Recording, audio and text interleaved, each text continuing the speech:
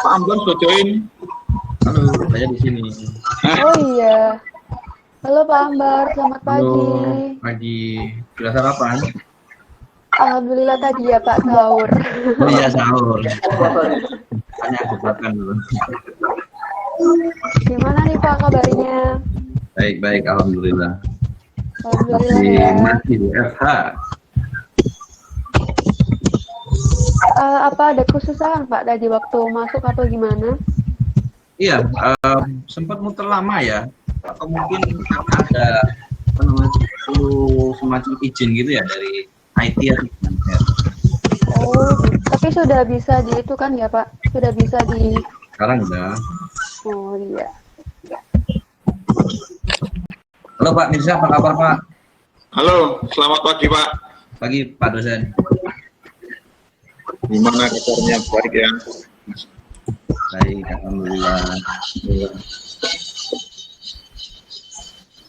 Ini kita mulai mungkin sebentar lagi ya Pak sambil menunggu pesertanya terkumpul karena kayaknya pada belum join semua ini. Mungkin ini masih mager mungkin. Iya, soalnya ini pagi banget ya Pak. Mager di kasur ya. Pagi banget ya, jam 9 pagi banget ya. Iya. Kuliah. Baik, selamat datang Pak Aditya Narendra Wardana. Halo Bapak Adit, mungkin bisa disapa dulu Bapak, ini teman-teman dan Bapak Ibu dosen serta pembicaranya. Iya, assalamualaikum warahmatullahi. Waalaikumsalam. Ya, mohon maaf saya hari ini pengen jadi peserta saja karena belum mandi ini ya, makasih. Iya Pak Ambar, perkenalkan Pak Ambar, ini ada Pak Aditya nih, dosen marketing kita Pak, sama Bu Alfi juga dosen marketing kita di UISI Pak. Oh iya. Salam kenal Pak Bu.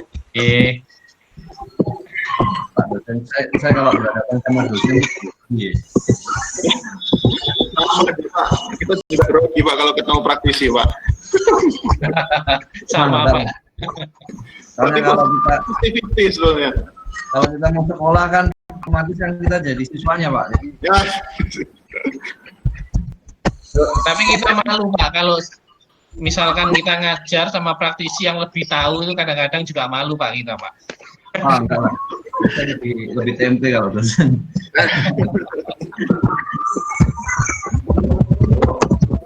Monggo dilanjut. Nah, Pak Mirza ini apa sudah bisa langsung dimulai aja atau masih menunggu 4 menit lagi atau 3 menit lagi gitu? Kira-kira kalau Pak Ambar gimana kira-kira Pak? Langsung dimulai atau Ya, kita Bapak. 5 menit? Saya ikut panitia aja sih. Oke. Kami ngikut panitia. Dimulai kapan? Silakan. Oke, ini menunggu pesertanya itu dulu ya Pak. Ya, Kumpul 2 menit lagi mungkin ya. Boleh. Oke.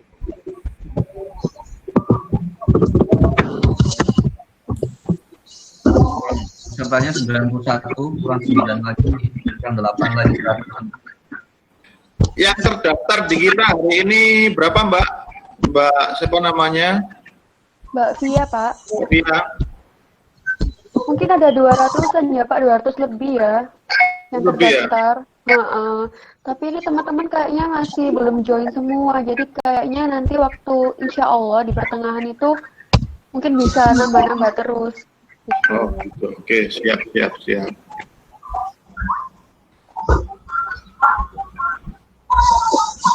Ini sudah ada bergabung ini Pak, teman-teman kita dari mata kuliah manajemen kompensasi, terus ada juga perencanaan pelatihan dan pengembangan SDM, ada juga nanti mata kuliah dari kepemimpinan ikut gabung di sini. Oh, oke. Iya, karena manajemen Pak ya, jadi caranya seputar ini ya, manajemen masuk manusia, marketing gitu Pak ya, ekonomi gitu ya. Nanti kalau kompensasi yang dibahas mungkin sekitar seputar kompensasi, kepemimpinan PPSDM, menyiapkan teman-teman bagaimana sih ketika WFH itu apa yang disiapkan, soalnya seperti itu Pak. Oke, baik. Oke, ini Bapak Mirza sama Bapak Ambar sudah siap ya untuk mulai acara pada pagi hari ini? Siap, siap, siap. Monggo silakan. Siap, siap. Oke, saya buka lebih dahulu ya, Pak. Baik, Assalamualaikum warahmatullahi wabarakatuh. Waalaikumsalam warahmatullahi wabarakatuh.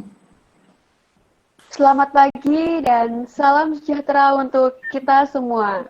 Kepada yang terhormat Bapak Aditya Narendra Wardana MSM selaku Kaprodi Departemen Manajemen Universitas Internasional Semen Indonesia, dan yang saya hormati Bapak Mirza Dwinanda Ilmawan SEMM sebagai moderator pada pagi hari ini. Yang saya hormati Bapak Ambar Setiawan sebagai pembicara pada sesi hari ini.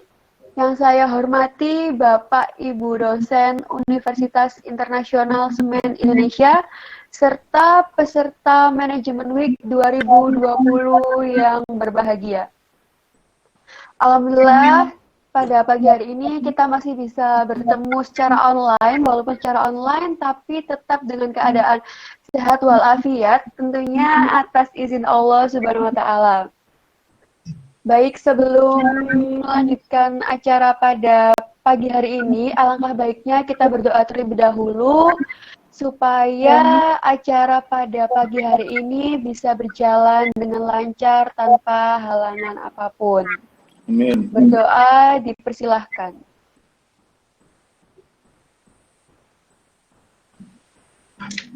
Amin. Berdoa dicukupkan. Oke teman-teman, kembali lagi sama saya Sriyanti Oktavia yang sudah menemani teman-teman dari day 1 sampai day 3. Jadi saya berharap teman-teman di sini jangan bosan-bosan buat dengerin suaranya saya, suara Via. Karena di day 5 besok bakalan sudah ganti MC-nya teman-teman. Jadi di sini Via akan terakhir kali ini menemani teman-teman di acara Manajemen Week 2020 ini. Oke, buat teman-teman yang belum tahu apa sih Manajemen Week itu, di sini Via akan menjelaskan. Manajemen Week sendiri adalah acara tahunan dari Prodi Manajemen UISI berupa serangkaian acara seminar, talk show, dan workshop yang diadakan sebagai kuliah tamu dengan menghadirkan beberapa praktisi yang ahli di bidangnya. Oh ya teman-teman, di Manajemen Week 2020 ini juga cukup berbeda dengan Manajemen Week tahun-tahun sebelumnya. Karena di tahun-tahun sebelumnya kita adakan Manajemen Week 2020 ini tepatnya di Auditorium Kampus B. Nah untuk tahun ini, karena adanya COVID-19, maka Manajemen Week dikemas sedemikian rupa dalam webinar atau seminar online. Oke, dan tahun ini Manajemen Week juga berkolaborasi dengan OIA atau Office International Affairs UISI. Dan Manajemen Week ini juga memiliki tujuan nih teman-teman. Tentunya untuk memberikan ruang lebih pada audiens untuk meningkatkan jiwa intra dan entrepreneurship sebagai bekal dalam merintis usaha. Oke teman-teman, di sini Via juga memiliki rules buat peserta. Dan untuk rules yang pertama, ada paling lambat join pada link HO 15 menit setelah waktu yang ditentukan. Mute mic saat pembicara sedang melakukan presentasi. Aktif dan tanggap saat webinar berlangsung. Sebisa mungkin online di ruangan yang tertutup. Tidak diharuskan on kamera. Mempersiapkan sinyal yang baik dan peserta dilarang meninggalkan room meeting jika tidak ada kendala sinyal. Diwajibkan on mic jika ingin bertanya dan dipersilahkan bertanya pada saat sesi tanya jawab. Peserta tidak diperbolehkan menyebarluaskan link webinar. Oke, jadi itulah teman-teman rules dari saya yang harus ditaati dan wajib dilakukan dan dilaksanakan ya oleh teman-teman. Oh ya teman-teman, ini habis ini akan ada penampilan video profil dari Universitas Internasional Semen Indonesia.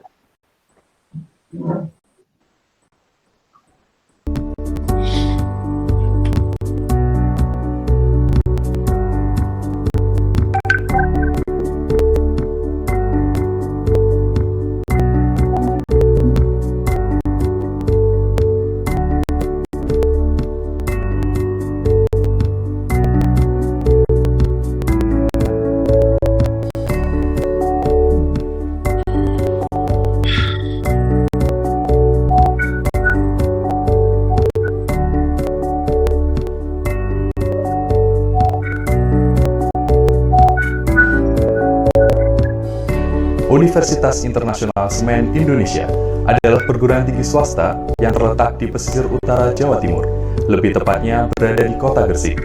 Kota Gresik dikenal sebagai kota industri yang religius. Selain banyaknya industri sekelas Badan Usaha Milik Negara atau BUMN, Kota Gresik juga erat sekali dengan julukan Kota Santri.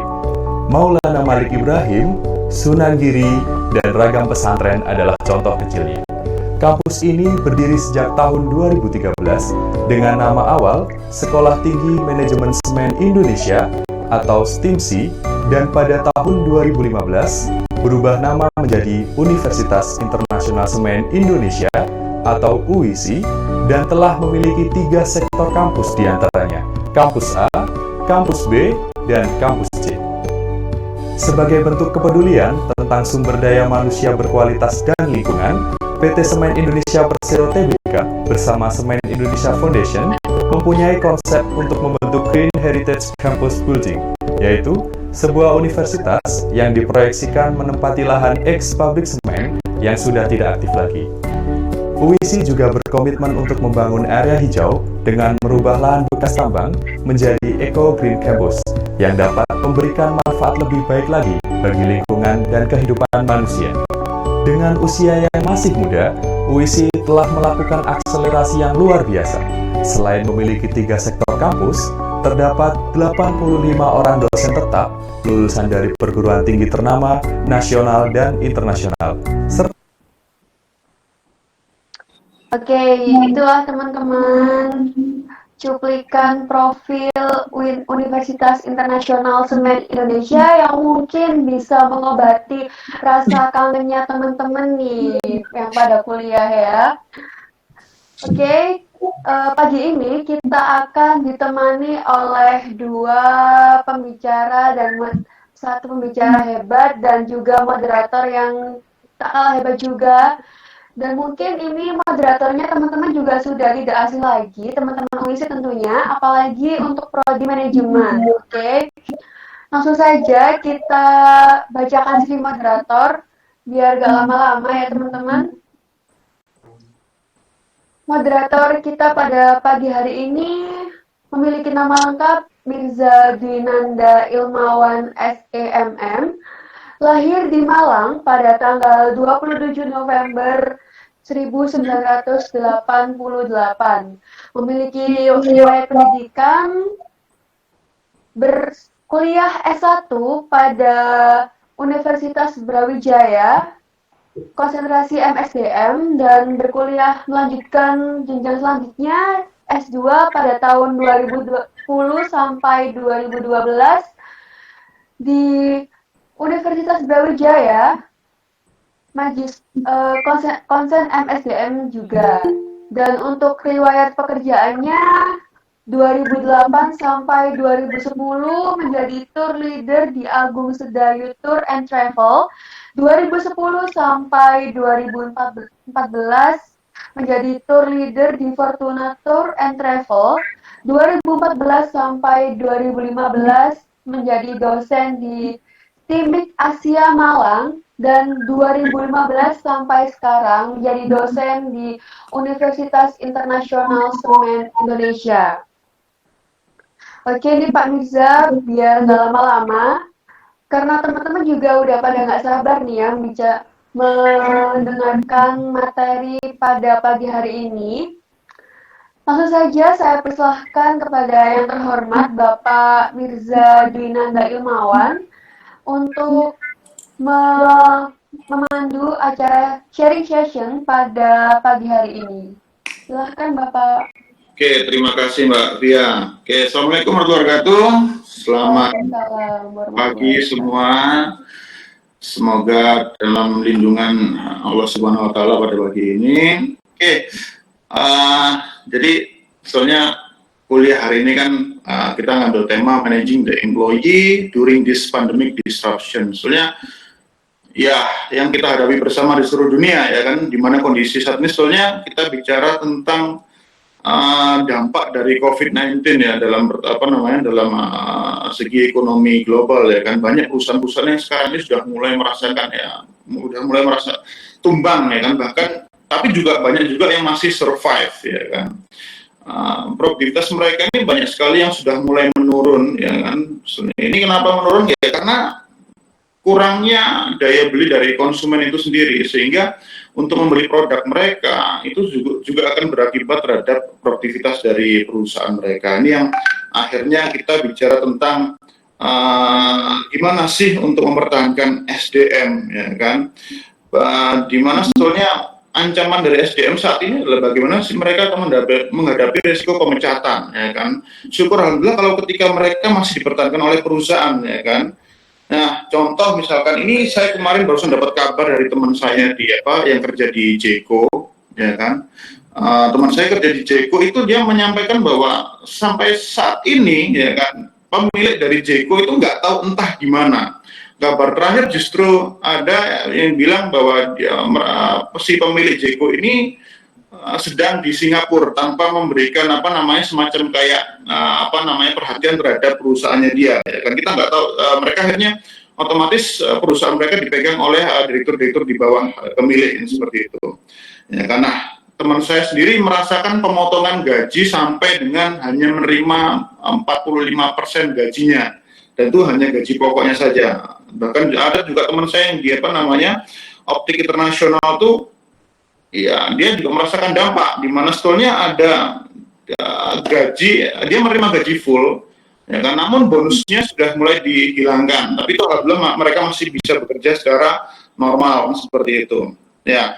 Apalagi kalau misalkan tadi lihat riwayat kerja saya di tour and travel ya kan, teman-teman saya di tour and travel tuh udah pada hancur-hancuran semua, udah nggak kerja selama berminggu-minggu ini, dan nggak ada pemasukan sama sekali. Padahal kalau kita bicara tentang pekerja, mereka butuh pemasukan untuk menghidupi atau memenuhi kebutuhan hidup mereka ya kan. Tapi di sisi lain ya kan, tentunya tuntutan untuk mempertahankan karyawan ini akan bertolak belakang terhadap keinginan terhadap minimnya produktivitas yang didapatkan oleh perusahaan.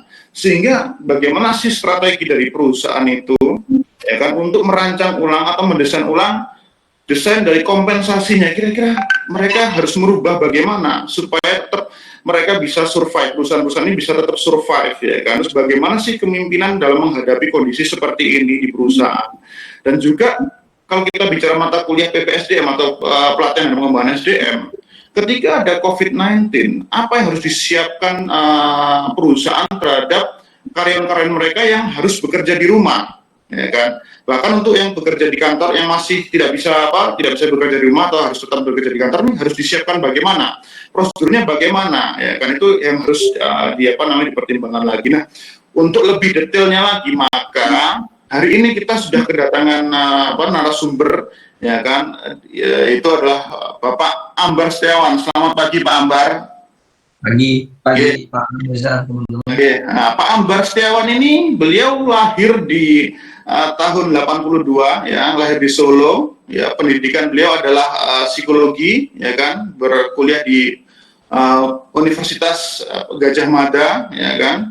Pengalaman kerjanya selama 15 tahun ya kan.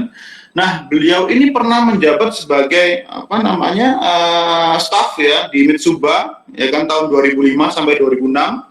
Kemudian dari 2006 ke 2009 beliau pindah bekerja di Garuda Food ya.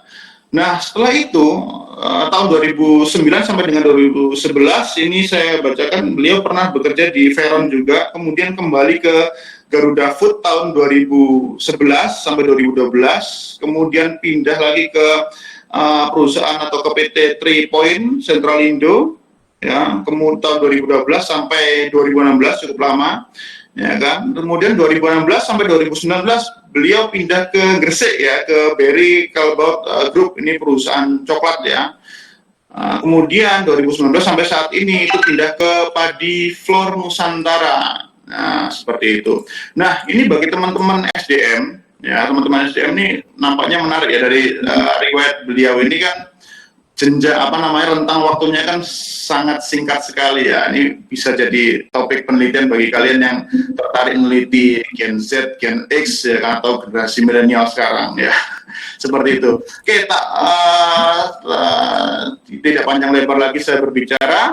Bisa saya langsung saya persilakan Bapak Ambar untuk menjelaskan tentang bagaimana sih kira-kira di Padi Flour Nusantara ini, bagaimana mereka berusaha untuk meretensi karyawan-karyawan di sana. Untuk waktu dan tempat dipersilakan untuk Bapak Ambar.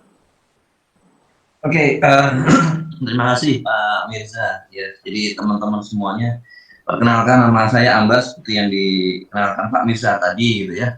Di sini mungkin teman-teman ada yang namanya Ambar kali ya. Cuma mungkin cewek biasanya seperti itu. Jadi kadang suka saya terima email gitu dari orang lain, terus memperkenalkan diri, terus kemudian nyebut nama saya Ibu Ambar. Nah, itu udah sering sekali seperti itu. Ya, terima kasih teman-teman semuanya. Jadi kesempatan diberikan juga pada saya untuk menyampaikan beberapa topik ya terkait dengan kondisi saat ini pandemi seperti itu. Jadi tadi mungkin prolog yang disampaikan Pak Mirza sebenarnya mungkin sudah setiap hari kita jadi makanan kita ya di sosial media atau di televisi gitu ya, terkait dengan kondisi-kondisi efek yang diakibatkan oleh COVID, makhluk yang sangat kecil, tidak terlihat, tapi luar biasa. Jadi lebih susah kalau teman-teman tentara bilang lebih susah menghadapi virus daripada menghadapi musuh yang kelihatan gitu. Jadi ini luar biasa sekali gitu. Nah, ini saya harap juga teman-teman semuanya dalam kondisi yang sehat di rumah ya, semoga ini di rumah atau di kosan atau di kontrakan sendiri-sendiri ya, nggak di warkop ya. Sudah ada banyak rahasia sekarang Pak di warkop Pak. Oke, mungkin kita bisa mulai di slide awal kali ya. Minta tolong di open. Mungkin ini slide-nya udah kebuka ya, Pak Mirza ya? Slide-nya, teman-teman silakan slide-nya. Saya juga belum melihat. Oh, ini sudah Pak, di Muhammad Maulana Adi Pratama Pak. Oke, baik, terima kasih.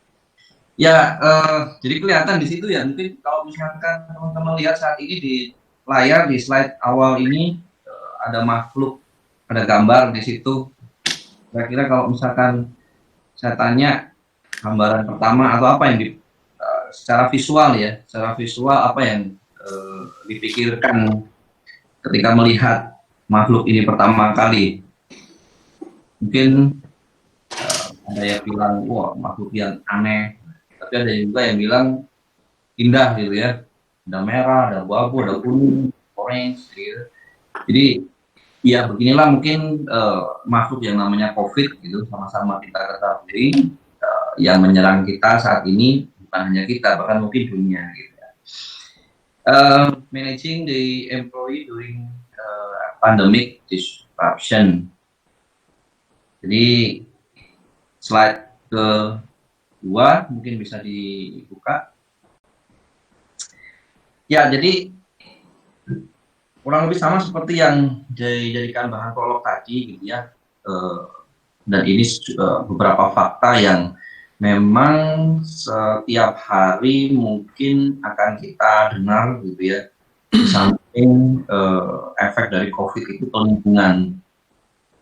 Lingkungan itu banyak, salah satunya adalah komunitas, organisasi. Dalam hal ini adalah perusahaan. Ya, organisasi nggak hanya perusahaan, tapi juga organisasi organisasi non-profit lain yang dia punya kantor, dia punya facility, infrastruktur seperti itu. Jadi salah satunya memang benar bahwa efek imbas dari ini adalah di dalam dunia industri, ya. Dunia ekonomi, marketing, semuanya. Jadi marketing atau sales ada juga karena dia harus memasarkan produk-produk yang dihasilkan dari jasa maupun barang. Barang dihasilkan dari industri, jasa dihasilkan dari misalkan perbankan, ya. Misalkan lagi dari sisi perusahaan marketing, seperti itu. Jadi hampir semua bisnis, saya yakin, kita semua yakin bahwa itu semua kena imbasnya, kayak gitu. Dan memang benar, jadi fakta gitu ya, baru tadi malam juga saya teleponan sama teman salah satu perusahaan grup besar juga, perusahaan konstruksi, ya sama-sama curhat lah ceritanya seperti itu. Jadi biasa kalau kita sharing sesama orang HR, HRD seperti itu, kita sharing apa yang terjadi di kondisi perusahaannya, kondisi apa yang terjadi saat ini di perusahaan kita seperti itu, kita sama-sama sharing. Dan memang kalau dari cerita beliau saat ini atau sudah berjalan beberapa waktu ya, di mana setiap karyawan itu dibebani dengan yang namanya tambahan potongan. Jadi mungkin dari yang awalnya dia terima misalkan gitu ya, UMK Universitas Semen itu Gresik ya, UMK Gresik sekarang mungkin 4,18 sekitar itu ya, hampir 4,2 juta. Di kondisi yang saat ini di perusahaan dia itu ada potongan sekitar 40%, jadi dia hanya terima 60% dari gaji pokoknya. Nah, dan tunjangan-tunjangan yang lain seperti misalkan tunjangan makan, tunjangan transport itu pun juga tidak dibayarkan. Jadi bisa dibayangkan dia hanya terima 60% dari 4,2, jadi sekitar 2,5 ya, 2,5.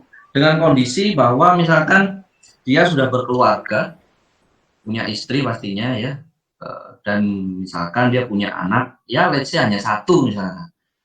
Satu misalkan sudah sekolah gitu ya, sudah sekolah, punya istri, punya keluarga, dia katakanlah punya tanggungan di bank, berupa cicilan rumah, berupa mungkin cicilan motor, mungkin separuh sendiri. Jadi sisanya tinggal sekitar 1 jutaan. Bayangkan 1 jutaan dipakai buat membiayai hidup. Ya, kebayang ya bagaimana rasanya. Mungkin nanti teman-teman ketika sudah lulus, ya semoga aja nggak bakal mengalami kondisi-kondisi seperti sekarang ini. Nah, terus saya tanya lagi, apa yang kemudian dilakukan perusahaan gitu ya? Maksud saya dari sisi mekanismenya, karena sebenarnya kalau kita bicara nanti kita singgung terkait dengan reward ya, kalau dalam dunia manajemen SDM, remunerasi atau reward management system. Kita singgung sedikit nanti karena bakalan panjang kalau kita bicara soal reward atau remunerasi manajemen system sendiri. Jadi terus apa mekanismenya yang dilakukan seperti apa? Karena sebenarnya tidak diperbolehkan yang namanya memotong secara sepihak gitu ya. Dari sisi undang-undang jelas bahwa mengacunya adalah agreement atau kesepakatan antara karyawan dengan perusahaan sendiri. Itu yang kemudian diejawantahkan ke dalam bentuk gaji. Gaji masing-masing sudah disepakati, yang tertulis di dalam perjanjian, yang tertulis di dalam kontrak, bahwa yang diterima adalah sekian atau yang diberikan perusahaan sekian. Jadi sampai periode kontrak atau sampai periode waktu tidak tertentu, itu yang harus dibayarkan perusahaannya hanya itu, sejumlah itu. Sehingga kalau misalkan dipotong, nah muncul tanda tanya ini, muncul tanda tanya. Muncul tanda tanya kenapa? Karena secara aturan, secara undang-undang tidak diperbolehkan. Ya, jadi seperti itu. Ya, Pak Ambar, sebelumnya mohon maaf motong penjelasan dari Pak Ambar. Kita sambut dulu, ini ada Bapak Cipto Hadi Sawarjuwono selaku Wakil Rektor di Universitas Internasional Semen Indonesia, Bapak. Oke, Pak, selamat datang, Pak. Selamat bergabung. Selamat datang kepada Bapak Cipto Hadi Sawarjuwono. Oke, ini karena nggak ada suaranya ya, Pak. Mungkin bisa langsung saja untuk dilanjutkan penjelasan dari Pak Ambar. Ya, salam kenal, Pak. Silakan dilanjutkan. Salam sore. Iya, Jadi saya masih masuk off itu ya. Oke, silakan. Ya, Oh iya. kenal Pak Tito. Ya, tadi saya bilang kalau berhadapan dengan dosen saya grogi, apalagi dengan rektor. Nah, lebih lagi lah. Yang ngono lah, kono lebih pinter memang. Dalam hari ini.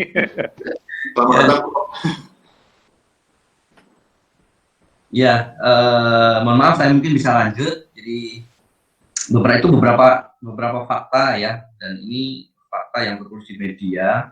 Selain yang saya sampaikan tadi, ya, seperti di KFC ini awal-awal ya, awal-awal muncul di media tuh KFC dan Ramayana yang kemudian di blow up di dalam media ya. Tapi di balik itu kita lihat, kalau ini kan yang selama ini kita lihat ya, dari di mall, di pinggir jalan ada pelang namanya KFC, Ramayana, seperti itu ya. Nah sekarang kita lihat di balik itu ada apa lagi gitu ya. Di dunia industri ya, manufacturing ya, bisa dibayangkan manufacturing itu dia harus memproduksi barang, yang barang itu harus bisa dijual oleh tim sales gitu ya, tim yang harus memasarkan atau marketing. Kemudian di situ berarti ada dua bidang bisnis ya. Pertama manufacturing, yang kedua adalah sales atau distribusi, ya, sales and distribution. Nah, di dalamnya pasti ada proses produksi, di dalamnya pasti ada proses bisnis. Kalau di manufacturing berarti dia harus menghasilkan suatu produk. Ya. Kalau yang saya tampilkan di sini adalah pabrik Mitsubishi. Ya, Mitsubishi yang ada di kawasan Jabodetabek. Terus terutama ini adalah yang saya tampilkan di sini adalah perusahaan di bidang otomotif. Ya. Kebayang otomotif itu walaupun dia menggunakan teknologi yang canggih, ya, untuk membuat satu unit mobil ataupun motor kendaraan dia harus menggunakan berbagai macam spare part, mungkin ribuan, mungkin ratusan ribu spare part, karena spare part yang kecil seperti klakson, teman-teman mungkin punya motor ya, seperti klakson, seperti kemudian starter motor, itu walaupun kecil tapi biaya produksi, ongkos produksinya besar, dijual punya juga dengan harga yang mahal, dan kebutuhan di market juga setiap bulannya bisa dibilang jutaan, seperti itu ya. Walaupun teknologinya tinggi pakai robot, tapi tetap yang namanya karyawannya itu banyak. Di assembly sendiri, assembling itu adalah perakitannya ya. Jadi perakitan itu terpisah dari pabrik-pabrik yang dia memproduksi spare part-nya. Satu, tadi saya bilang sebutkan ada misalkan starter motor, klakson, itu dibikin di satu pabrik sendiri. Teman-teman bisa bayangkan satu kunci motor, ya. Satu kunci motor itu dibikin di satu pabrik, atau bahkan lebih dari satu pabrik. Nah kebetulan karena saya dulu pernah kerja di otomotif, ya. Jadi Astra, anak perusahaan Astra ini bisa sekarang mungkin sekitar ratusan, ya, di atas 100 anak perusahaan Astra yang bergerak di bidang spare part maupun assemblingnya. Satu kunci itu dia punya kalau nggak salah 1 atau 2 pabrik, ya, namanya Honda Lock. Di dalamnya ada ratusan karyawan. Itu baru satu kunci diproduksi oleh satu pabrik yang karyawannya adalah ratusan, ya, kalau nggak salah sekarang sudah ada 2 PT Honda Lock, karyawannya ratusan. Terus bagaimana dengan yang lain, seperti misalkan produksi businya, spionnya, dan lain-lain, ya. Imbasnya adalah salah satunya ke arah situ. Ini baru dari satu industri. Terus kemudian ya ternyata tidak hanya perusahaan-perusahaan swasta saja yang terkena imbasnya. Kurang terkenal apa gitu ya, kurang gede apa gitu ya, PT Dirgantara atau PT Garuda ya. Garuda Indonesia, dia sebuah BUMN yang besar dengan aktivitas mobilitas yang luar biasa tinggi, baik lokal atau domestik maupun internasional. Dan itu adalah fakta bahwa memang pemotongan gaji itu dilakukan. Itu mengerikan, karena kalau kita bicara gaji itu sudah urusannya perut ya. Kalau orang HR bilang wah ini urusannya perut, gaji itu perut orang. Biasanya nih ya, kalau berhadapan dengan karyawan apalagi di pabrik gitu ya, buruh pabrik, saya pun juga buruh di pabrik. Kalau berhadapan dengan karyawan, pekerja atau buruh pabrik, selisih sekian rupiah saja itu dipermasalahkan, selisih 1 jam lembur saja itu dipermasalahkan. Ya, terbayang seberat apa ketika kita harus menjelaskan, mohon maaf Pak, Bu, Mbak, Mas, ya, jadi dari kondisi perusahaan seperti ini karena efek dari kejadian ini, dalam hal ini COVID seperti itu. Mohon maaf untuk bulan ini, bulan depan gaji karyawan dipotong. Wah, luar biasa beratnya. Itu yang selama ini dihadapi teman-teman ya, teman-teman HR, teman-teman SDM di kita.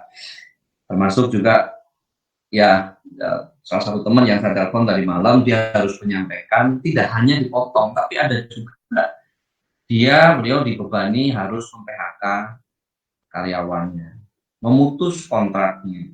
Saya tanya siapa aja yang di PHK? Dijawab karyawan kontrak, itu sudah pasti dirumahkan. Kemudian siapa lagi? Karyawan tetap. Karyawan yang sudah tetap itu dirumahkan juga, artinya di PHK. Nah, jadi bebannya bukan hanya kalau kita sebagai orang HR, orang SDM, barangkali teman-teman nanti berkarir di dunia HRD ya akan berhadapan dengan seperti itu, karena sulit posisinya, karena kita sendiri adalah pekerja. Bukan tidak mungkin kita juga akan diperlakukan yang sama oleh pimpinan kita ya. Kita kemudian membayangkan saat kejadian seperti itu, kita membayangkan bagaimana keluarganya, bagaimana anak istrinya ya. Syukur-syukur kalau diberikan pesangon sesuai dengan peraturan perundang-undangan yang berlaku, dalam hal ini dalam Undang-Undang Ketenagakerjaan. Tapi jangan salah, banyak dan bahkan mungkin lebih banyak perusahaan yang cenderung untuk tidak comply, tidak sesuai dengan regulasi. Ya. Semoga itu nantinya ke depan tidak terjadi ke kita, ataupun mungkin ke keluarga kita, orang tua kita mungkin ya. Karena jujur saya pun juga membayangkan ketika melakukan hal seperti itu. Ketika melakukan ya alhamdulillah di perusahaan saya saat ini tidak melakukan itu. Karena ketika pada saat mendengar seperti itu, kemudian saya pribadi ya teringat dulu waktu saya masih kuliah, saya masih sekolah mau kuliah. Jadi masih SMA mau kuliah. Saya teringat salah satu korban dari PHK dari kondisi yang kurang lebih sama seperti ini. Kalau dulu adalah krisis moneter tahun 98, saya nggak tahu teman-teman udah lahir atau belum ya. Tapi Pak Mirza saya yakin udah lahir. Jadi yang terjadi menimpa di orang tua saya. Jadi bapak di PHK pada saat kondisi kakak saya kuliah, saya harus melanjutkan kuliah. Dua-duanya di luar kota, kakak di Bandung, saya di Jogja. Nah, pada saat seperti itulah kondisi yang menimpa karyawan, teman-teman pekerja itu terbayang dengan kondisi yang sama yang pernah kami alami keluarga. Oke, jadi itu untuk mendalami, menyerapi supaya bagaimana kita memposisikan diri di perusahaan sebagai perwakilan manajemen. Jadi kalau orang HR itu bisa dibilang gitu ya, konon katanya adalah perwakilan dari manajemen seperti itu. Sedangkan kita berhadapan dengan karyawan semuanya seperti itu ya. Nah, jadi itu semoga teman-teman punya bayangan bagaimana di kondisi di dunia industri bisnis saat ini, sehingga nanti untuk masuk ke topik berikutnya sudah punya gambaran apa yang harus perusahaan lakukan, perusahaan jaga, action apa yang harus dilakukan untuk menghadapi pertama gejolak ekonomi itu sendiri yang diakibatkan dari ini, yang berimbas kepada ekonomi keluarga. Yang kedua adalah bagaimana mengatasi dan mengantisipasi, preventif terlebih dahulu, mengantisipasi terlebih dahulu, dan kalau misalkan sudah terjadi wabahnya, bagaimana kita harus mengatasinya. Mungkin bisa dilanjut slide berikutnya.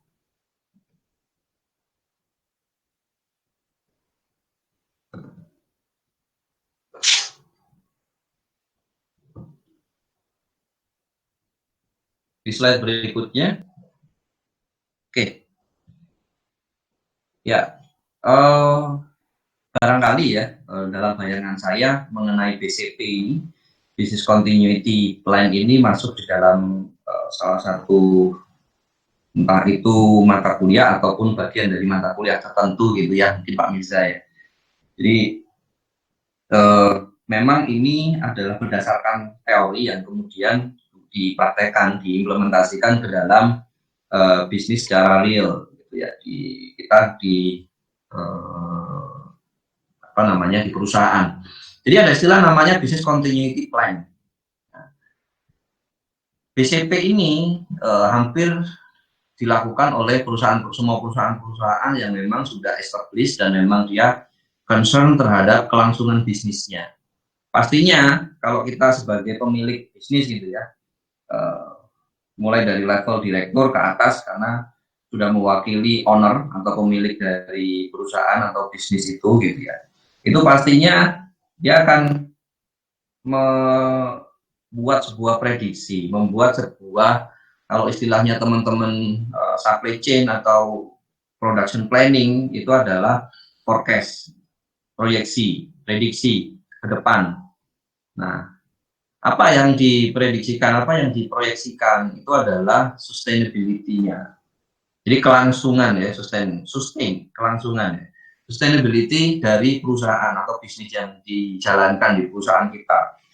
Jadi sustainability ini pun di beberapa perusahaan yang memang dia concern terhadap kelangsungan bisnisnya, biasanya ini dilakukan oleh perusahaan-perusahaan yang memang sudah matang ya. Karena kalau saya pribadi memetakan beberapa company, perusahaan bisnis itu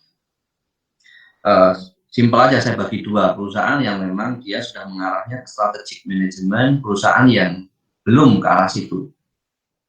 Dan biasanya perusahaan yang mengarah ke belum mengarah ke strategic system itu adalah perusahaan-perusahaan yang kategori family business, dan itu banyak sekali kita temukan di Jawa Timur, khususnya di Surabaya sekitarnya, family business, home industry seperti itu kategori itu. Tapi juga nggak sedikit di Jawa Timur ya, apalagi di Jakarta, Jabodetabek itu banyak perusahaan-perusahaan yang memang sudah benar-benar secara matang, serius memikirkan mengenai kelangsungan bisnisnya dengan strategik, secara sistematis.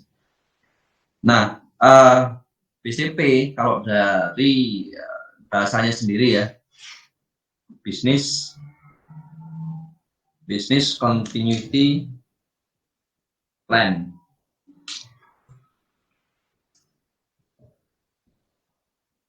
Ya, jadi ini membicarakan pasti sudah tergambar ya dari pengertiannya, artinya jadi tergambar bahwa ini kita harus membahas mengenai kelangsungan bisnis, kelangsungan perusahaan, rencana kelangsungan perusahaan. Kenapa harus dilakukan itu? Pastinya ada suatu trigger atau stimulus. Nah, inisiatifnya atau stimulusnya berawal dari beberapa hal. Nah, salah satunya adalah bencana atau musibah. Salah satunya adalah bencana atau musibah. Baik itu secara demografi, ya, seperti gempa bumi, banjir, perusahaan-perusahaan yang berada di kaki bukit atau lereng atau dataran tinggi, longsor, ya. Itu salah satu kondisi yang bisa men-trigger atau menstimulus perusahaan untuk melakukan business continuity plan. Kondisi yang lain adalah adanya kejadian-kejadian yang memang sudah dikategorikan luar biasa, ya. Nah, COVID-19 ini adalah salah satu kondisi tersebut, wabah yang secara internasional di dunia sudah dikategorikan sebagai pandemik. Teman-teman bisa atau mungkin sudah tahu arti pandemik itu apa, kemudian dikategorikan sebagai pandemik, konsekuensinya apa, pasti sudah tahu, ya. Sampai kemudian sampai kemudian negara kita atau suatu negara gitu ya mengkategorikan itu adalah sebagai musibah atau bencana nasional. Nah, itu sudah mulai jadi concern atau perhatian yang sangat serius dari perusahaan. Agak sedikit berbeda dengan yang namanya krisis moneter, ya. Agak sedikit berbeda dengan krisis ekonomi. Kenapa? Bedanya di mana? Kalau kita bicara mengenai ekonomi yang yang terlintas atau mungkin yang dibahas di situ adalah topik-topik terkait dengan perekonomian. Tapi kalau terkait dengan yang namanya wabah, virus, itu sudah bukan lagi hal-hal yang sifatnya mungkin yang sifatnya ekonomi atau mungkin sifatnya benda, barang. Tapi kalau sudah masuknya ke virus, penyakit, wabah, itu masuknya ke arah keselamatan, safety, jadi keselamatan hidup, ya. Jadi sudah kehidupan, ya. Yang dimana kalau kita sudah bicara safety itu mungkin teman-teman juga sering membaca safety first, gitu ya. Safety yang utama, safety first. Dan memang di banyak perusahaan safety itu dijadikan satu hal yang sangat luar biasa kritikal, gitu ya. Satu karyawan celaka, cedera, mungkin tidak sampai celaka, sebatas cedera, sebatas misalkan tersayat pisau atau tersayat kalau misalkan di kantor kita sering pegang kertas, mungkin kalau tidak hati-hati, yang namanya kertas itu dengan gramatir atau ketebalan tipis dia bisa menyayat kulit.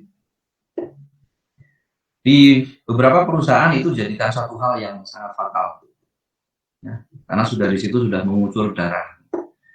Apalagi kalau dia sudah sampai mengakibatkan meninggal, gitu ya, dan meninggalnya itu pun juga kadang dengan latar belakang yang sepele, misalkan dia kepleset, kemudian dia terjatuh, terbentur di belakangnya pas ada gundukan, terus kena belakang kepala, darah terus mengucur, udah nggak bisa diselamatkan. Nah, itu udah sangat fatal dari isu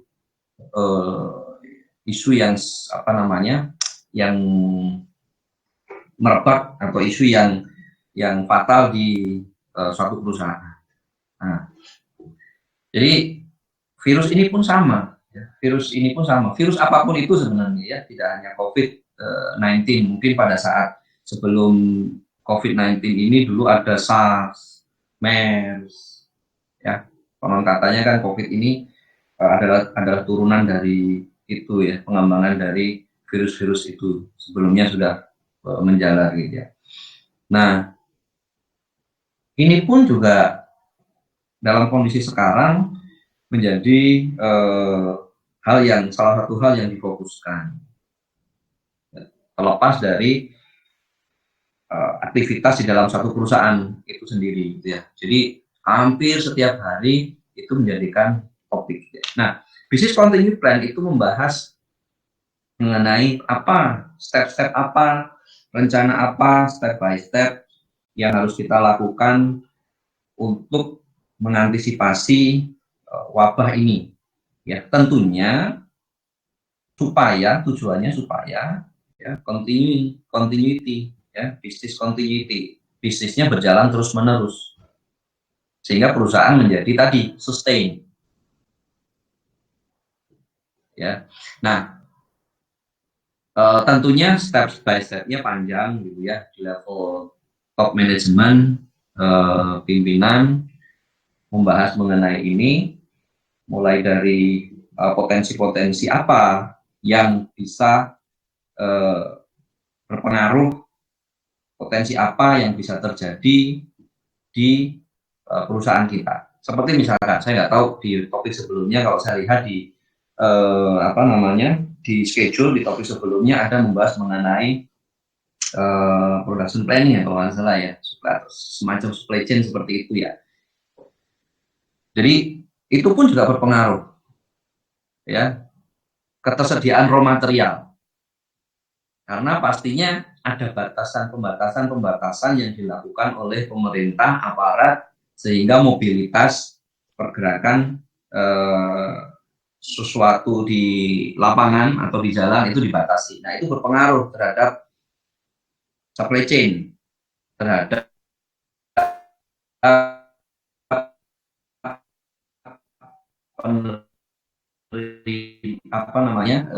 dalam hal ini spesifiknya adalah pengiriman.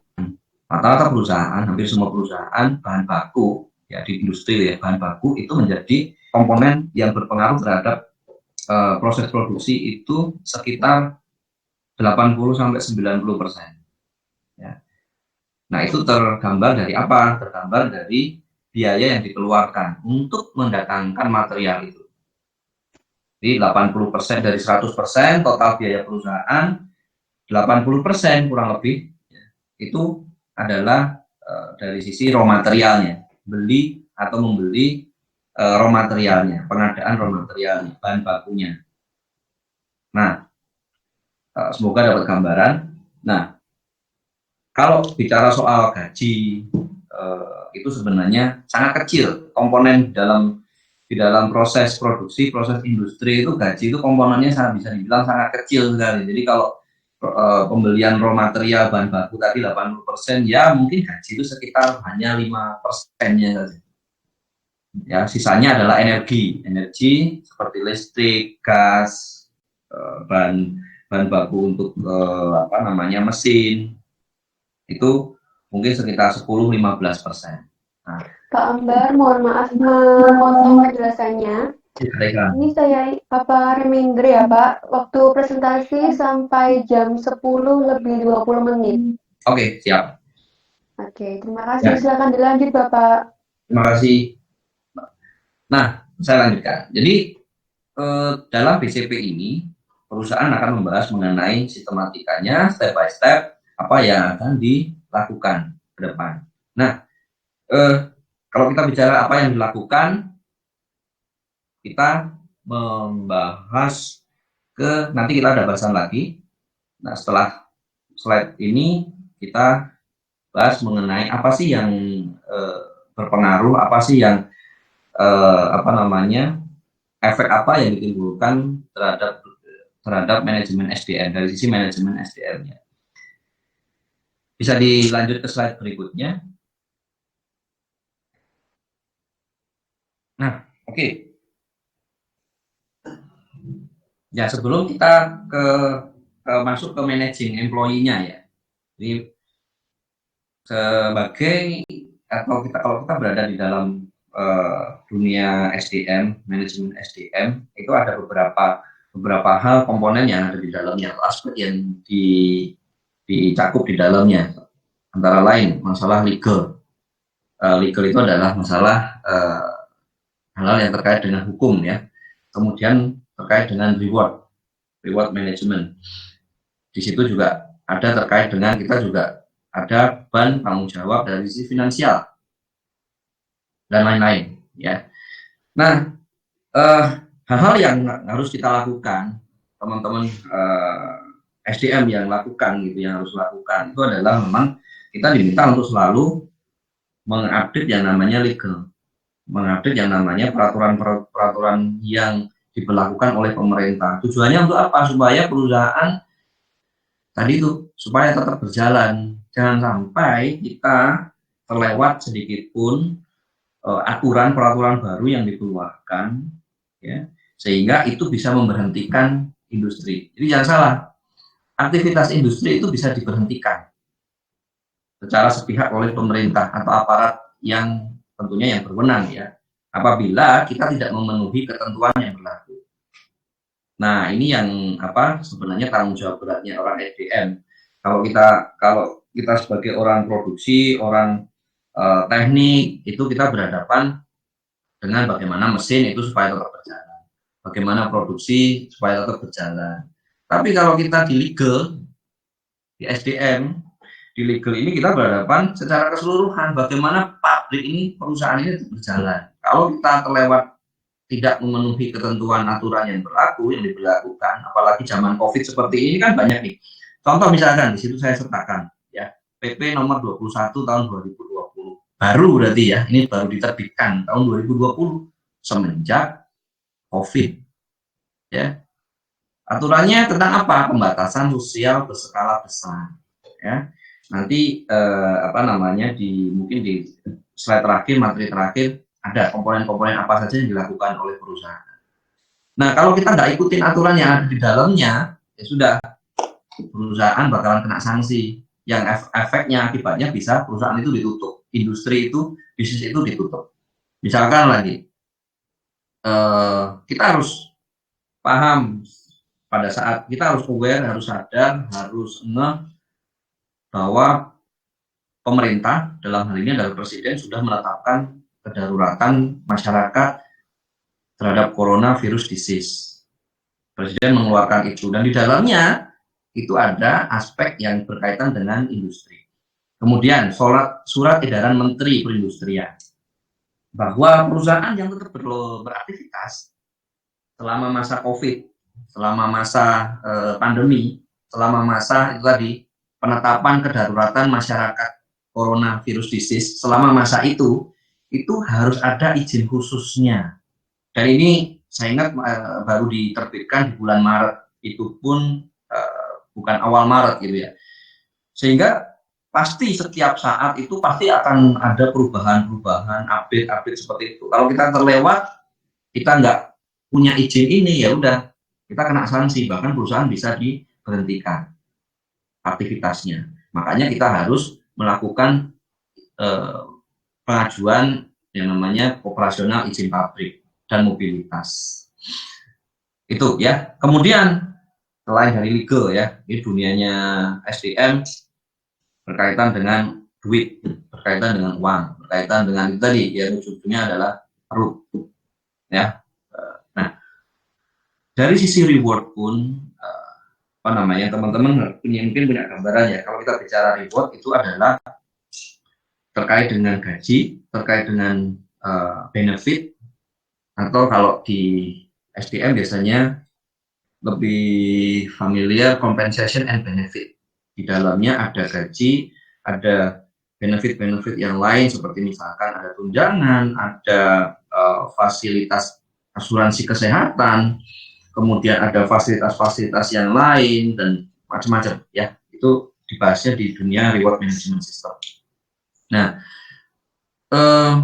di situ pun juga kita harus aware, harus sadar, harus update terkait dengan aturan-aturan yang berlaku. Nah, tentunya pemerintah juga tidak tinggal diam ya dalam hal ini ketika masyarakatnya menghadapi situasi saat ini. Dari sisi pendapatan ya, dari sisi pendapatan kita mengenal yang namanya pajak ya, income tax, pajak pendapatan. Sehingga pemerintah dalam kondisi COVID saat ini mengeluarkan peraturan Menteri Keuangan yang isinya salah satunya adalah keringanan pajak. Ya, jadi dibebaskan pajak. Jadi teman-teman pekerja saat ini ya, ini bulan April, saat ini sudah mendapatkan keringanan pajak pendapatan. Jadi tidak ada potongan pajak pendapatan bagi teman-teman pekerja. Nah, setidaknya itu sedikit meringankan. Saya bilang sedikit karena efeknya memang tidak terlalu signifikan gitu ya bagi karyawan, bagi pekerja. Tentunya semakin tinggi pendapatan, semakin banyak potongannya, semakin besar potongannya. Nah, seperti itu. Nah, kemudian dari sisi finansial pun kita di SDM mengelola, mungkin kita ini tidak memproduksi SDM atau human resource itu tidak memproduksi ya teman-teman, tapi kita mengeluarkan duit yang cukup banyak ya. Pengeluaran kita di Departemen SDM itu banyak. Salah satunya tentunya adalah gaji. Terus kemudian perawatan fasilitas perusahaan yang lain, itu cost-nya, biayanya luar biasa. Nah, itu pun juga perusahaan terkena imbasnya karena dia harus bisa reduce atau menurunkan biaya. Ini dipangkas, itu dipangkas, perawatan ini dipangkas, dan seterusnya. Ya, jadi ya itulah kondisinya. Termasuk itu tadi, ada beberapa perusahaan yang memangkas atau memotong gaji. Nah, tuh. Next, kita lihat efek berikutnya kalau di kita di manajemen SDM itu adalah terkait dengan prosedur SOP ya istilahnya ya, Standard Operating Procedure SOP, ada WI, Work Instruction atau instruksi kerja, atau kalau di pemerintahan mungkin PROTAP ya, prosedur tetap. Nah, banyak atau beberapa prosedur ini yang harus kita sesuaikan. Karena apa? Nanti kita lihat implementasinya di lapangan, sehingga otomatis harus ada prosedurnya. Ya. Terus kemudian berikutnya adalah employee facility. Nah, ini bukannya perusahaan mendapatkan income, tapi perusahaan harus merelakan duitnya untuk membiayai beberapa fasilitas yang harus diadakan ya untuk mengantisipasi COVID, untuk mengantisipasi menjalannya merebahnya COVID masuk ke dalam area perusahaan. Di dalam area perusahaan ya, saya bilang karena di luar perusahaan kita tidak bisa ngontrol, tapi ada beberapa perusahaan yang dia mampu ya secara keuangan, dan ada willing, ada keinginan, ada tanggung jawab moral juga ke karyawan, yang dia memfasilitasi si karyawan itu sampai dengan ke lingkungan tempat tinggalnya atau rumahnya. Jadi perjalanan dari pabrik, dari perusahaan, dari tempat dia kerja sampai dengan rumah, dan di rumah keluarganya itu dikondisikan benar-benar safe. Perusahaan punya perhatian terhadap itu. Ada beberapa perusahaan yang memang melakukan itu, dan itu tidak banyak sih sebenarnya. Nah, berikutnya terhadap internal dan external relation. Perusahaan harus mempertahankan kondusivitas organisasi. Ya, dalam situasi seperti ini,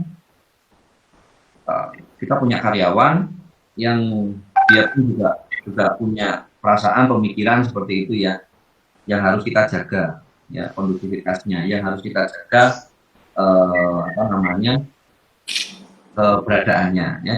Kemudian kalau kita bicara mengenai external relation, itu kita bicara mengenai menjalin komunikasi dengan pemerintah. Ya, aktivitas apa yang sudah kita lakukan untuk mengantisipasi COVID ini di perusahaan, penanganan kita bagaimana, dan seterusnya. Terus perlakuan kita terhadap karyawan yang ada di situ seperti apa. Kita harus bisa mensosialisasikan itu, menyampaikan itu. Nah, itu adalah bagian dari pengkomunikasian, bagian dari external relation. Kemudian, nah ada perusahaan yang, kok dalam masa-masa seperti ini kok sanggup atau baik hati sekali memberikan CSR. CSR teman-teman tahu ya, Corporate Social Responsibility. Corporate Social Responsibility adalah tanggung jawab sosial perusahaan terhadap lingkungan, terhadap community, komunitas yang ada di lingkungan, warga, lingkungan, dan seterusnya. Nah, pada saat seperti ini, perusahaan dalam kondisi yang prihatin, nggak ada income, karena produksinya berhenti, nggak ada penjualan, seperti itu, tapi masih bisa melakukan CSR, membantu warga sekitar, memberikan sembako lah dan lain sebagainya, memberikan bantuan ke mungkin ke aparat setempat dari dalam hal APD misalkan dan lain-lain. Itu Memang ada perusahaan-perusahaan yang berinisiatif melakukan itu ya. Di Tempat saya pembagian masker Pak kebanyakan Pak di perumahan saya itu. Nah, itu seperti itu. Di sekitar apa namanya veteran sini. Di veteran Pak ya. Oke. Nah, ya itu bagus Pak. Jadi masker kemudian masker yang lain, vitamin dan lain-lain. Jadi itu luar biasa kalau ada yang memang melakukan itu. Nah, next kita ke slide berikutnya. Nah, kita sudah mulai masuk ke bagaimana sih perusahaan, apa sih di dalam perusahaan yang dilakukan, usaha-usahanya apa saja, implementasinya seperti apa. Nah, dari gambar itu mungkin teman-teman sudah kebayang ya, bahwa yang selama ini teman-teman lihat di luar itu juga dilakukan di perusahaan. Yang selama ini dilakukan di kantor-kantor pemerintahan, di jalan, itu juga dilakukan di perusahaan. Bahkan mungkin kalau kita di perusahaan itu proses pengadaannya lebih cepat, Pak, teman-teman. Jadi seperti misalkan bilik sterilisasi. Nah, itu gampang aja. Jadi pengadaannya. Jadi ada bahan-bahan kalau di departemen teknik itu biasanya dia masih nyimpan material-material entah itu pipa, kayu, besi itu dimanfaatkan, bikin sendiri, dirakit sendiri karena memang dia punya sarana prasarananya, workshopnya, bengkelnya gitu. Dia bikin sendiri, dia bikin otomatis tuh. Jadi setiap kali yang di situ dengan menggunakan kontrol panel PLC otomatis orang masuk nyemprot sendiri. Jadi kita langsung gerak cepat pada saat ini sudah mulai ditetapkan sebagai pandemik gitu ya. Jadi kita antisipasi di awal. Nah itu jadi tanpa kita gembar-gemborkan di media ya kan nggak mungkin ya. Tanpa kita gembur-gemburkan, jadi teman-teman di perusahaan-perusahaan, di kantor itu sudah melakukan itu. Kemudian masuk di tes suhu badannya. Nah ini yang harus hati-hati. Jadi pada saat implementasi di lapangan ini pun juga kita mesti hati-hati material apa yang digunakan, alat apa yang digunakan. Jadi nggak sedikit ya yang kalau kita mungkin pernah dengar gitu ya, isu mengenai disinfektannya tidak proper, tidak harusnya digunakan oleh manusia. Nah, ini pun juga harus ada justifikasi bahwa itu adalah chemical bahan yang aman, betul, aman. Nah, kalau di dunia makanan itu teman-teman sudah familiar sekali bahwa itu harus food grade. Jadi grade-nya memang untuk dikonsumsi manusia. Gitu. Jadi aman, istilahnya ya, aman untuk manusia. Nah, suhu nih, jadi pernah ada ya, jadi diukur suhunya berapa? 33, 32, 34 gitu. Nah, kalau logikanya nih ya, secara teori, suhu badan manusia itu berapa? 36 antara 35 sampai 36 kalau nggak salah, Pak. Betul, jadi 35, 36, 37. Gitu. Kalau di bawah itu sudah freezing, sudah membeku gitu. Jadi dingin sekali gitu. Nah, jadi kemudian apa? Alatnya yang salah. Kenapa alatnya salah? Jadi yang beredar di market, di pasaran itu alat-alat yang dicek dulu. Jadi apakah itu dipakai untuk manusia atau dipakai untuk benda. Kalau dipakai untuk benda itu biasanya punya teman-teman teknik tuh, yang tingkat toleransinya itu antara minus sekian sampai dengan 400 derajat Celcius biasanya itu. Itu saya pernah merasakan Pak, itu Pak, dapat jadi masuk ke salah satu pabrik, ya kan, saya dites pakai suhu pengukur suhu tadi itu yang tembak tadi itu, suhu saya hanya 32 derajat Celcius. Saya juga bingung nih beneran apa enggak. Ternyata saya cek ternyata kemungkinan alatnya memang alat yang digunakan di pabrik, biasanya seperti itu nggih Pak nggih. Iya betul Pak. Jadi itu alat yang digunakan di pabrik untuk ngecek temperatur mesin Pak. jadi ya mohon maaf Bapak diibaratkan mesin ya. Ya gitu, jadi mesti hati-hati. Jadi prosedur-prosedur misalkan screening ya masuk itu diterapkan, bahkan harus selain cek suhu, mohon maaf, sebentar saya sebentar ambil charger saya lupa.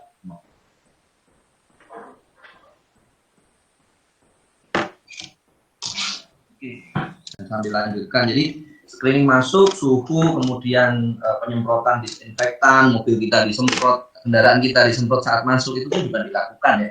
Utamanya biasanya oleh teman-teman security atau di pos penjagaan gitu.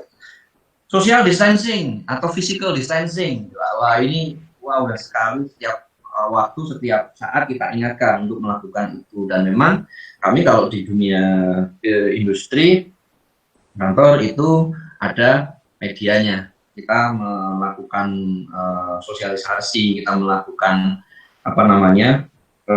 briefing yang setiap saat kita ulang. Kita juga punya yang namanya mesin paging yang untuk koar-koar ya, woro-woro gitu ya, memberikan pengumuman pakai sound system seperti itu. Terus kemudian ya. Mau mengingatkan kembali, waktunya kurang 7 menit ya Pak untuk presentasi. Oke. Ya, jadi itu kemudian social distancing, physical distancing, hygiene, pengaturan hygiene yang ketat itu juga dilakukan. Ya, tetap menerapkan prosedur safety yang standar. Jadi sebelumnya memang kita punya standar-standar prosedur safety di perusahaan, ada SOP-nya. Nah, ini adalah salah satunya. Terus kemudian berikutnya mungkin bisa di next.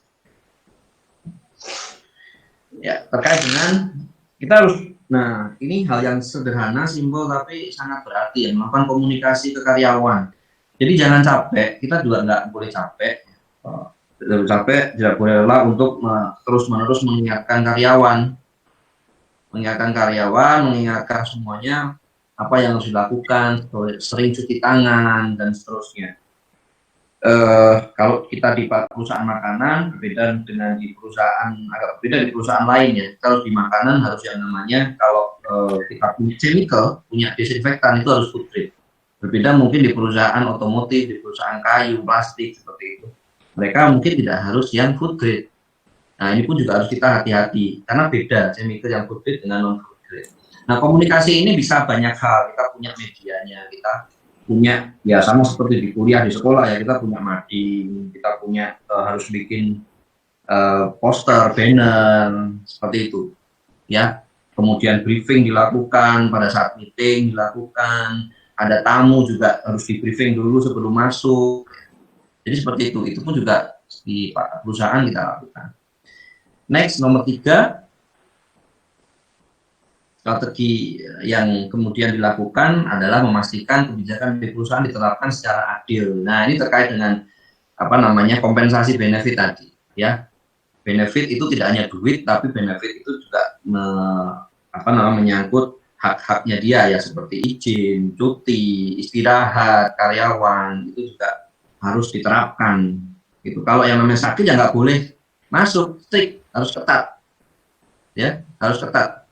Oh Pak, saya pakai masker, Pak, saya pakai ini, nggak boleh, tetap nggak boleh masuk, ya. Sampai kemudian kalau di tempat kami kemudian dia harus mendapatkan surat keterangan sehat dari dokter. Baru kemudian dia bisa menunjukkan itu, dia harus bisa menunjukkan itu, baru kemudian bisa masuk.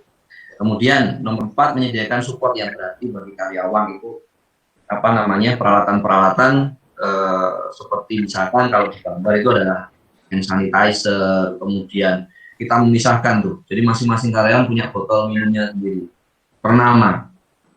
Supaya apa? Supaya tidak tertuker ya. Bayangin kalau kita minum pakai botol minuman orang lain gitu ya. Dari mulutnya dia ke mulutnya kita. Sering bayang. Pasti nggak mau ya. Kemudian sarana yang lain, klinik, ruangan, istirahat, seperti itu. Sampai dengan vitamin ya. Jadi beberapa perusahaan juga memberikan vitamin, extra fooding itu bahan makan makanan suplemen ya untuk mendukung pekerjaannya dia. Maaf, boleh saya potong sebentar Pak? Untuk supaya momennya nggak hilang gitu ya. Bila karyawan ini sakit, tapi sakitnya itu sebetulnya nggak parah, misalkan influenza yang membutuhkan dia itu hanya istirahat 1 hari gitu, tidur dan sebagainya. Itu perlakuannya bagaimana Pak? Apakah harus tetap ke rumah sakit untuk cari surat dokter, atau ada perlakuan khusus? Ini dalam kondisi normal, kalau kondisi COVID Pak. Kondisi normal ya Pak ya. Cuma tanya kondisi normal. Terima kasih Pak. Oke, makasih Pak Adit. Jadi kalau karyawan kondisi normal pada saat seperti itu ada 2 hal yang bisa dia lakukan. Pertama, dia harus ke dokter. Nah, kalau ke dokter dia dia pasti bisa mendapatkan surat izin dokter gitu ya, atau dia selain surat izin dokter, kalau berobat dia harus membayar gitu ya, membayar obatnya, dokternya, dia pun juga ada misalkan resep dokter. Nah, pertanyaannya dia akan masuk setelah periksa, setelah dia istirahat itu, misalkan istirahatnya cuma butuh setengah hari gitu ya, dia akan masuk kerja atau enggak. Kalau misalkan dia istirahatnya full day, 1 hari penuh, itu aturannya berbunyi bahwa dia harus menggunakan surat izin dokter itu lapor ke perusahaan, sehingga perusahaan akan mentreatment, memperlakukan dia sakit dengan surat izin dokter, sehingga efeknya kompensasinya tetap dia terima full, Pak. Ada aturan di SOP-nya nggih, Pak nggih? Ada aturan di SOP-nya, Pak. Artinya kalau seandainya surat dokternya itu besoknya, karena kan dia kalau pada saat sakit harus ke rumah sakit, begitu kurang bisa itu. Kalau misalkan baru malamnya ke rumah sakit nggak masalah ya Pak ya? Nggak masalah, Pak. Ada surat itu tadi ya, gitu ya? Ya, nggak masalah Pak. Jadi SOP-nya bilang, biasanya secara umum bilang suratnya bisa menyusul maksimal 20 kali 1 jam. 1 kali 20. Oke, terima kasih. Oke. Jadi dapat gambaran seperti itu yang kita lakukan. Kemudian next di slide berikutnya. Oke. Jadi kita pun juga komunikasi dengan karyawan, memberikan arahan. Karyawan pun juga sebaliknya bisa membuat suatu ide atau usulan, sehingga kita perusahaan juga merasakan keterlibatan karyawan. Ya, merasakan keterlibatan karyawan. Nah, ini yang terkait dengan poin 6. Karyawan itu, ya teman-teman, karyawan itu adalah manusia ya, dia pun juga punya hati, punya suara, punya pikiran, punya perasaan ya.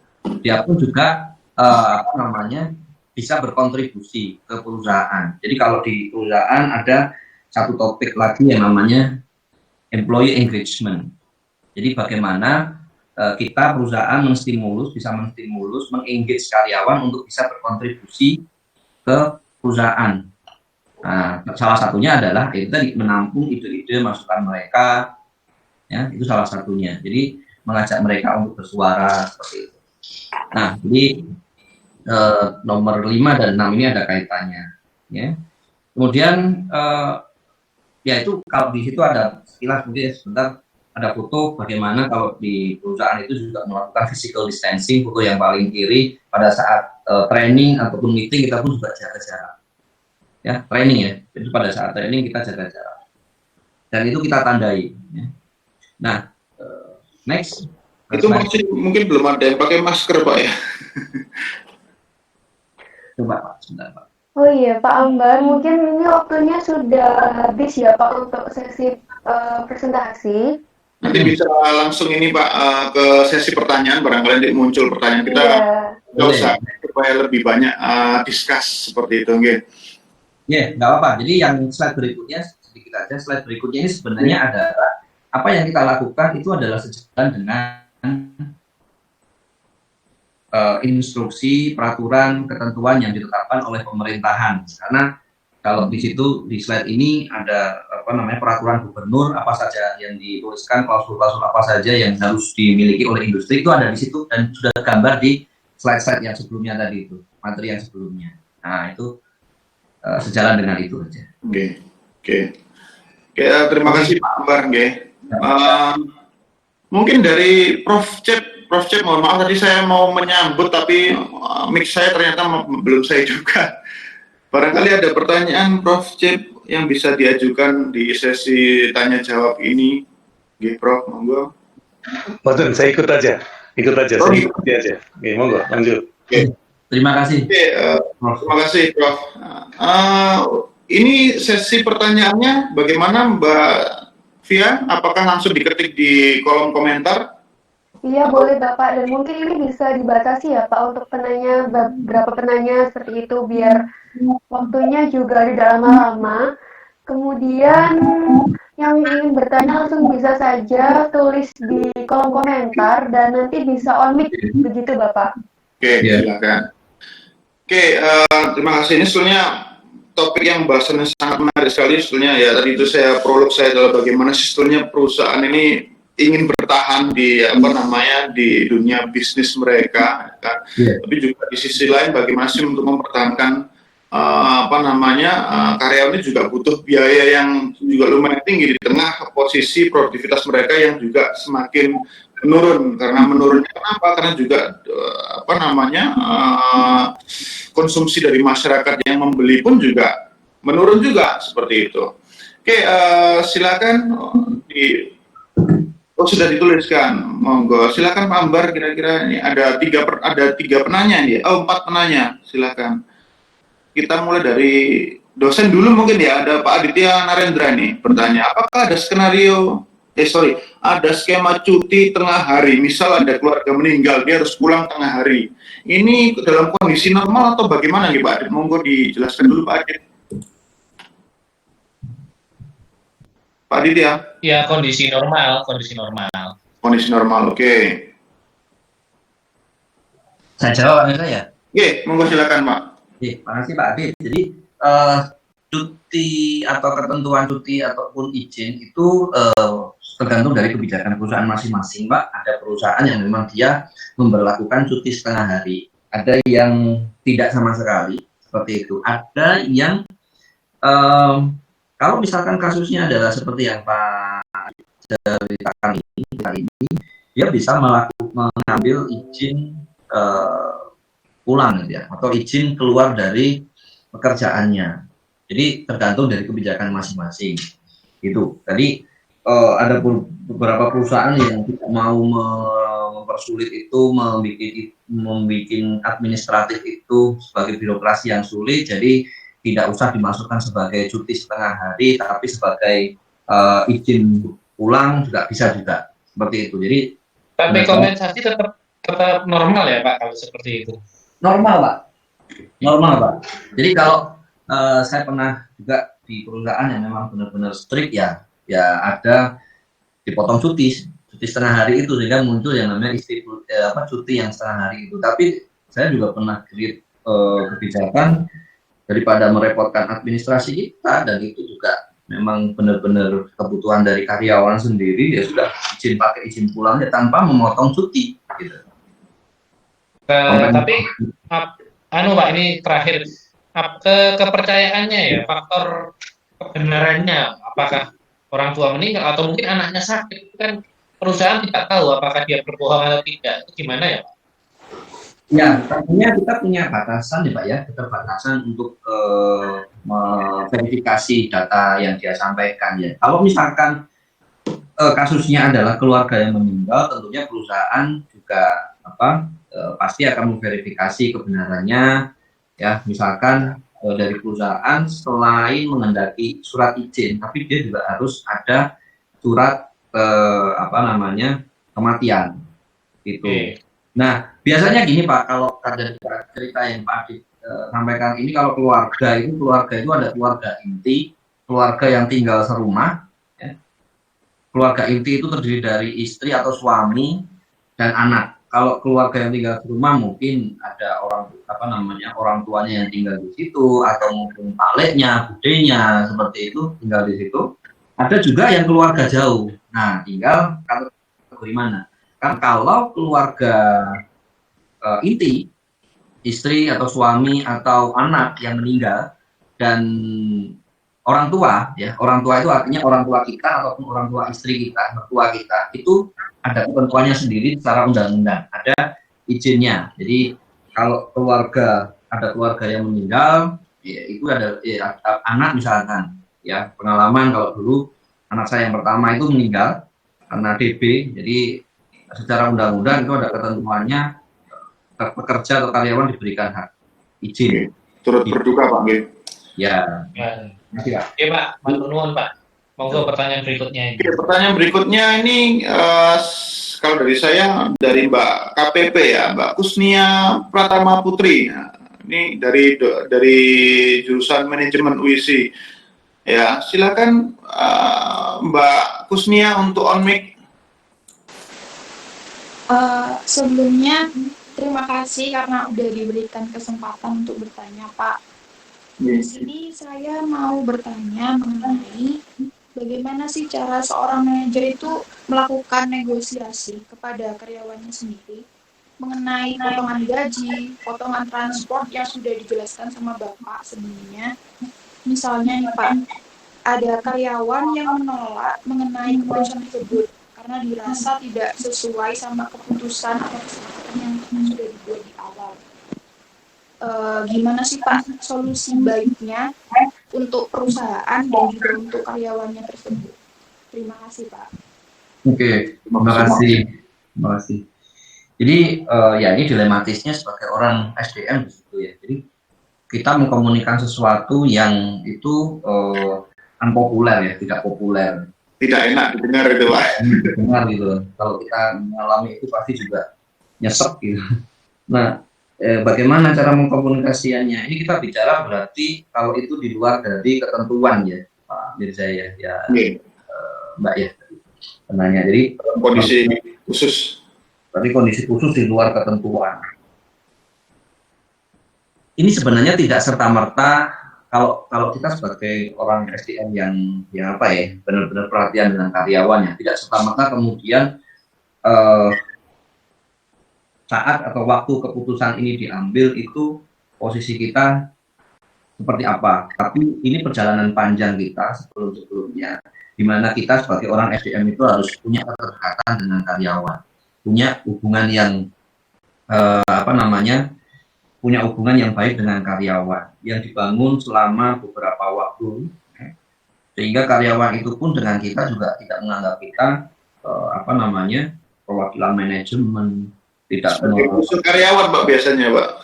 Iya betul. Kalau di sekolah berarti guru BP ya.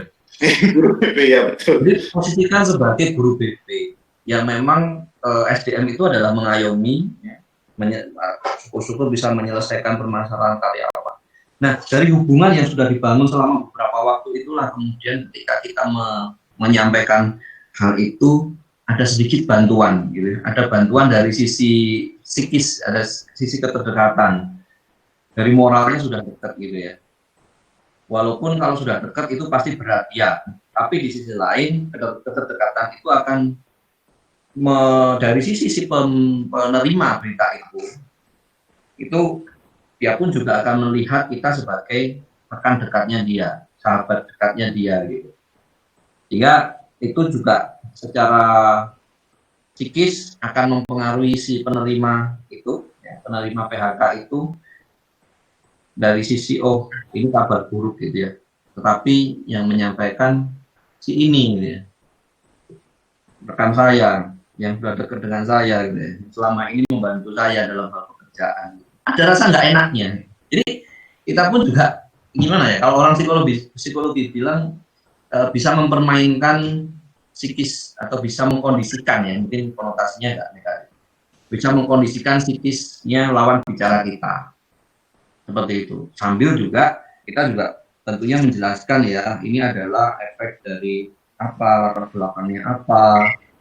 Kalau kita tidak melakukan ini, akibatnya seperti apa? Misalkan kalau kita tidak melakukan ini, akibatnya akan lebih besar lagi, perusahaan akan close, banyak yang ter-PHK, gitu. Jadi sebenarnya membuat mindset dia berubah daripada di PHK menjadi dipotong gajinya saja, seperti itu. Atau daripada perusahaan ini tutup, ya saya saya menerima keputusan perusahaan untuk mem-PHK saya. Nah, PR berikutnya adalah mengirim topiknya ke arah kompensasi PHK-nya ini. Ya tergantung dari perusahaan. Kompensasinya akan diberikan sesuai dengan aturan atau ya banyak yang melanggar ya, dalam hal ini pun juga ada yang seharusnya 2 kali TMPK. Ya, ada aturan hitung-hitungannya sendiri, dan itu kalau di PHK secara sepihak oleh perusahaan 2 kalinya, tapi ini mungkin diberikan 1 kalinya.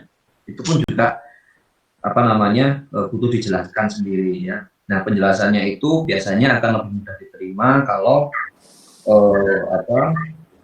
sudah ada kesepakatan sebelumnya dengan pihak serikat. Jadi tidak serta-merta kita panggil karyawan kemudian kita berikan keputusan itu, tapi juga kita harus melakukan pendekatan ke serikat.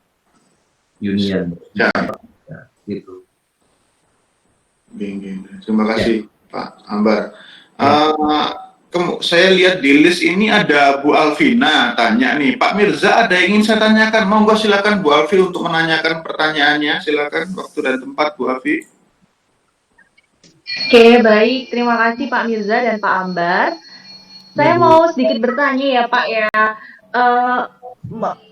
Kalau dulu Pak ya, sebelum ada pandemik saat ini, itu isu dari human resource itu kan work-life balance gitu ya Pak. Maksudnya karyawan itu gimana caranya biar seimbang gitu. Nah, sekarang setelah pandemik ini Pak, kan kita semua karyawan dipaksa untuk bekerja work from home, yang artinya menggunakan teknologi, dan menurut saya pribadi itu pengalaman saya malah justru tidak mengenal jam. Ya kan Pak, maksudnya malah justru kita tuh dituntut untuk meeting online terus tanpa tahu waktu seperti itu. Nah, kira-kira Pak, prediksi Bapak sebagai human resource practitioner ya Pak ya, apa ya Pak dampak yang timbul pasca karyawan ini dipaksa WFH menggunakan teknologi yang hampir tidak tahu waktu gitu kepada karyawan, karena lama-lama saya tuh ngerasain kalau WFH ini pusing Pak, jadi job desk tuh jadi nggak double lagi, malah triple. Nah, itu untuk PT, untuk company Bapak sendiri gimana Pak ya? Maksudnya udah bisa baca nggak kira-kira impact-nya apa nih yang kayaknya bakal muncul pasca COVID ini Pak? Gitu dari saya Pak. Terima kasih Pak Ambar. Terima kasih Bu Alvina. Mungkin saya tambahkan juga Pak, saya lengkapi Pak. Mungkin karena terbiasa dengan ada beberapa karyawan yang ada jam shift ya, atau jam kerja yang sebenarnya bergantian dengan teman-teman yang lain. Itu biasanya kan kalau kita bekerja di rumah, jadi kan memang apalagi bekerja di rumah itu kan tidak mengenal waktu Pak ya, kadang udah bisanya seperti itu yang mungkin dirasakan oleh Bu Alvina seperti itu. Ya mungkin kalau Bu Alvina biasa masak, jadi mungkin meetingnya sambil masak gitu. Jadi memang enggak betul Pak. Jadi gini ya, jadi ternyata tren ke depan itu arahnya adalah virtual gitu ya. Jadi makanya kemudian sekarang itu sudah banyak perusahaan-perusahaan, termasuk di perusahaan saya sebelumnya di Verical itu kita punya satu tempat gitu ya, itu tempat untuk kita kalau misalkan tidak bisa menjangkau kantor, itu kita kerjasama dengan suatu perusahaan yang dia menyediakan beberapa tempat, dia punya beberapa titik itu untuk kalau kita bekerjasama dengan perusahaan itu kita bisa memakai tempat tersebut ya, terutamanya di kota-kota besar. Jadi itu yang istilahnya salah satu bagian dari virtual office. Jadi itu malah trennya adalah virtual office. Dulu sempat terpikir di tempat saya sebelumnya Verical waktu saya masih jabat itu gimana nih kalau misalkan kita orang yang dari office kita lakukan virtual office saja gitu. Berarti perlu datang ke kantor Pak Angge. Jadi pekerjaan itu kita nggak perlu datang ke kantor sehingga kita wakilkan di lokasi virtual office yang terdekat dengan rumah seperti itu Angge.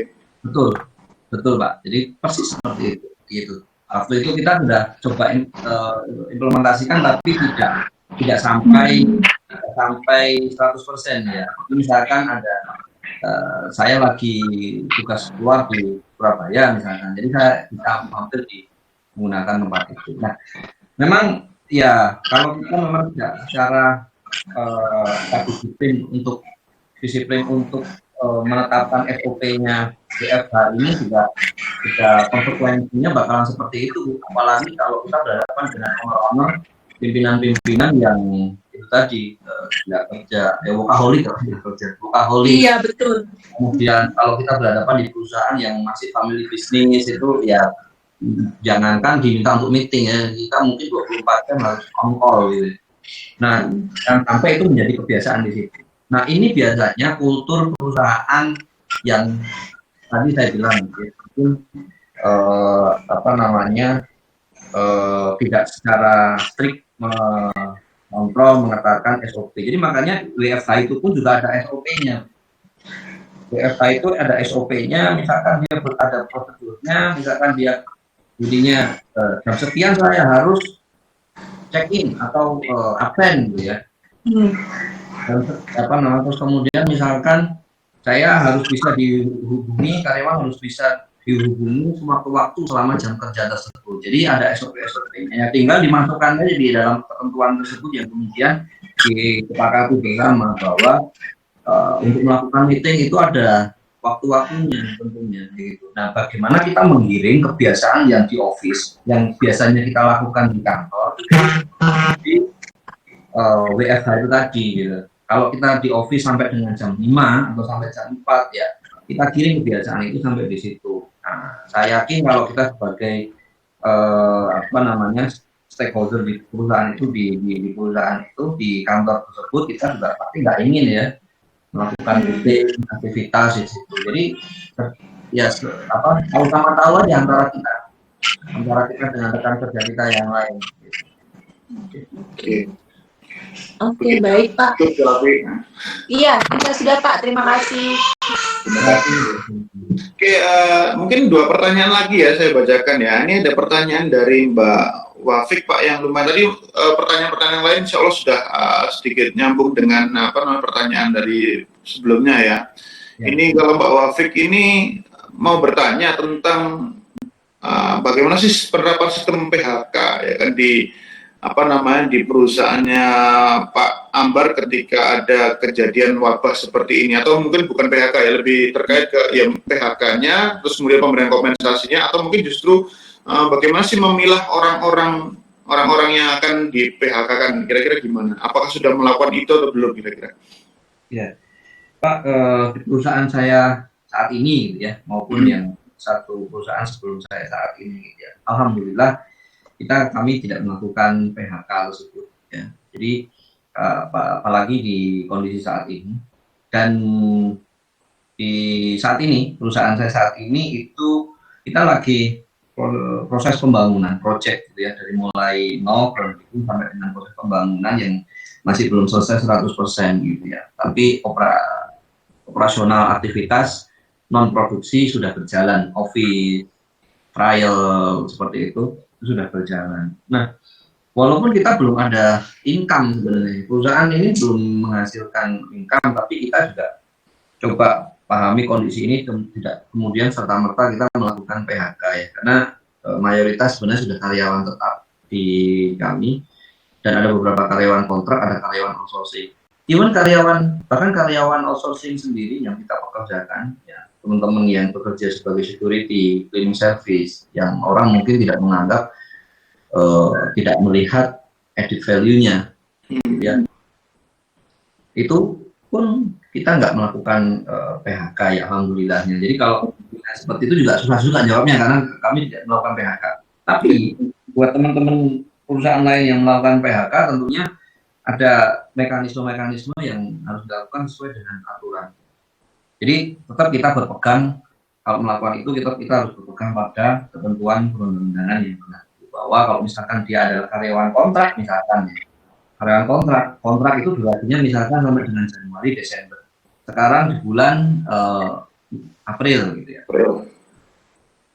Kalau perusahaan punya inisiatif untuk mem-PHK karyawannya, memutusnya, nah, di perundangan ataupun di perjanjian kerja yang benar ya, perjanjian kerja yang benar, itu berbunyi bahwa ketika perusahaan secara pihak memutus hubungan, sisa dari kontrak yaitu dalam hal ini adalah Mei sampai dengan Desember, gajinya harus dibayarkan. Gitu. Itu sesuai ketentuannya. Sama sebenarnya kedua belah pihak punya hak kewajiban yang sama. Kalau sebagai karyawan ya, kontrak, dia bulan ini dia dia berhenti, dia resign, dia harus membayarkan gaji dari bulan Mei ke Desember ke perusahaan. Ya? Full ya? Full, Pak. Oke. Nah, itu kalau kontrak, kita bicara kontrak ya. Tapi kalau kita bicara dia adalah karyawan tetap, beda lagi bunyinya atau aturannya bahwa ada beberapa perhitungan yang harus dilakukan oleh perusahaan ya, seperti misalkan dia harus menghitung masa kerjanya berapa. Kalau masa kerjanya 3 sampai sekian tahun itu mendapatkan apa namanya penghargaan masa kerja sebanyak 1 kali gaji, kemudian ditambahkan ke item-item pesangon yang lain, kemudian itu masih ditambahkan dengan sisa cutinya dan lain sebagainya, kemudian itu masih dikalikan 2. Itu yang benar. Tapi ada juga yang tidak mengikuti perhitungan tersebut. Nah, gimana kalau tidak mengikuti perhitungan tersebut? Ya harus ada kesepakatan sama karyawan, walaupun itu sebenarnya tidak disahkan. Ya, selama karyawan tidak teriak, ya kalau teman-teman yang melakukan seperti itu, ya praktek seperti itu biasanya pedomannya adalah selama karyawan tidak teriak, tidak protes, go ahead, lakukan, ya gitu. Kalau ini negatifnya Pak ya? Itu negatifnya, ya negatif. Jadi Oke, Pak Mirza dan Pak Ambar, waktu untuk sesi tanya jawab ini kurang 6 menit lagi, dan saya juga mau mengingatkan bahwa nanti akan ada pemilihan 2 penanya terbaik yang akan diberi hadiah oleh panitia, begitu Pak. Siap. Oke. 1 unit. Silakan dilanjut. Terima kasih. Silakan. Itu masih oke. Sampun Pak ya? Ya, sudah menjawab ya Bu pertanyaan tadi ya. Ya, insya Allah sudah terjawab. Untuk pertanyaan berikutnya ini ada Mas Irfan Pak, monggo di apa namanya Mas Irfan on mic silakan. Ya Pak. Masuk Pak suara saya. Ya masuk. Silakan Mas, waktu dan tempat dipersilakan. Silakan Mas. Terima kasih Pak. Saya Irfan ingin bertanya, jika dimasukkan ke 5 bidang data di Indonesia, Ipolexosbud Hankam itu Hankam yang harus ditambahkan saat ini kan memang keamanan, yaitu dalam arti keselamatan dari setiap karyawan dalam bekerja. Betul. Jadi maka dari itu perusahaan kan mengambil keputusan seperti PHK, potong gaji dan golden second dan lain sebagainya. Nah, kira-kira menurut Bapak sebagai HRD, bagaimana cara perusahaan itu mengubah mindset bagi karyawan-karyawannya itu Pak? Karena yang alasan perusahaan tersebut melakukan itu kan sebenarnya demi keselamatan, demi keamanan, bukan sebagai ekonomi perusahaannya. Mungkin kalau alasannya ekonomi perusahaannya itu nanti bukan alasan utama lah Pak. Alasan utama yang seharusnya kan memang keselamatan kinerja dari karyawan-karyawannya. Jadi ini nanti ditujukan untuk karyawan-karyawan yang mendengarkan keputusan itu dengan reaksi menaikkan alis itu Pak. Nah, kira-kira biar hatinya legowo menerima keputusan ini, kira-kira mengubah mindset tersebut bagaimana Pak? Terima kasih. Lebih ke teknis ya. Oke, terima kasih Mas Irfan. Oke, terima kasih Mas Irfan. Jadi ya sulit. Jadi gini, apa namanya? Kalau praktek yang kayak gini, mengubah mindset itu kan tidak serta-merta kemudian sekedar dikomunikasikan ya melalui apa namanya bahasa gitu ya, omongan gitu ya. Tapi pastinya kalau kita orang yang punya akal, pastinya akan berpikir, kenapa gitu kan. Sudah dijelaskan kenapanya, mungkin akan nanya lagi kenapa gitu ya. Kenapa seperti itu, akan berulang-ulang terus. Gitu. Jadi tidak cukup dengan bahasa atau dengan omongan saja, tapi juga dengan bukti-bukti gitu ya. Tapi juga dengan data-data gitu ya. Jadi bicara dengan fakta. Kita bicara, kita ngomong, tapi juga yang kita omongkan adalah fakta. Nah, fakta ataupun data artinya ada sesuatu yang memang benar-benar dirasakan oleh si karyawan. Artinya benar-benar ada yang harus dilihat. Ya, kalau kita bicara data kan harus dilihat kan ya.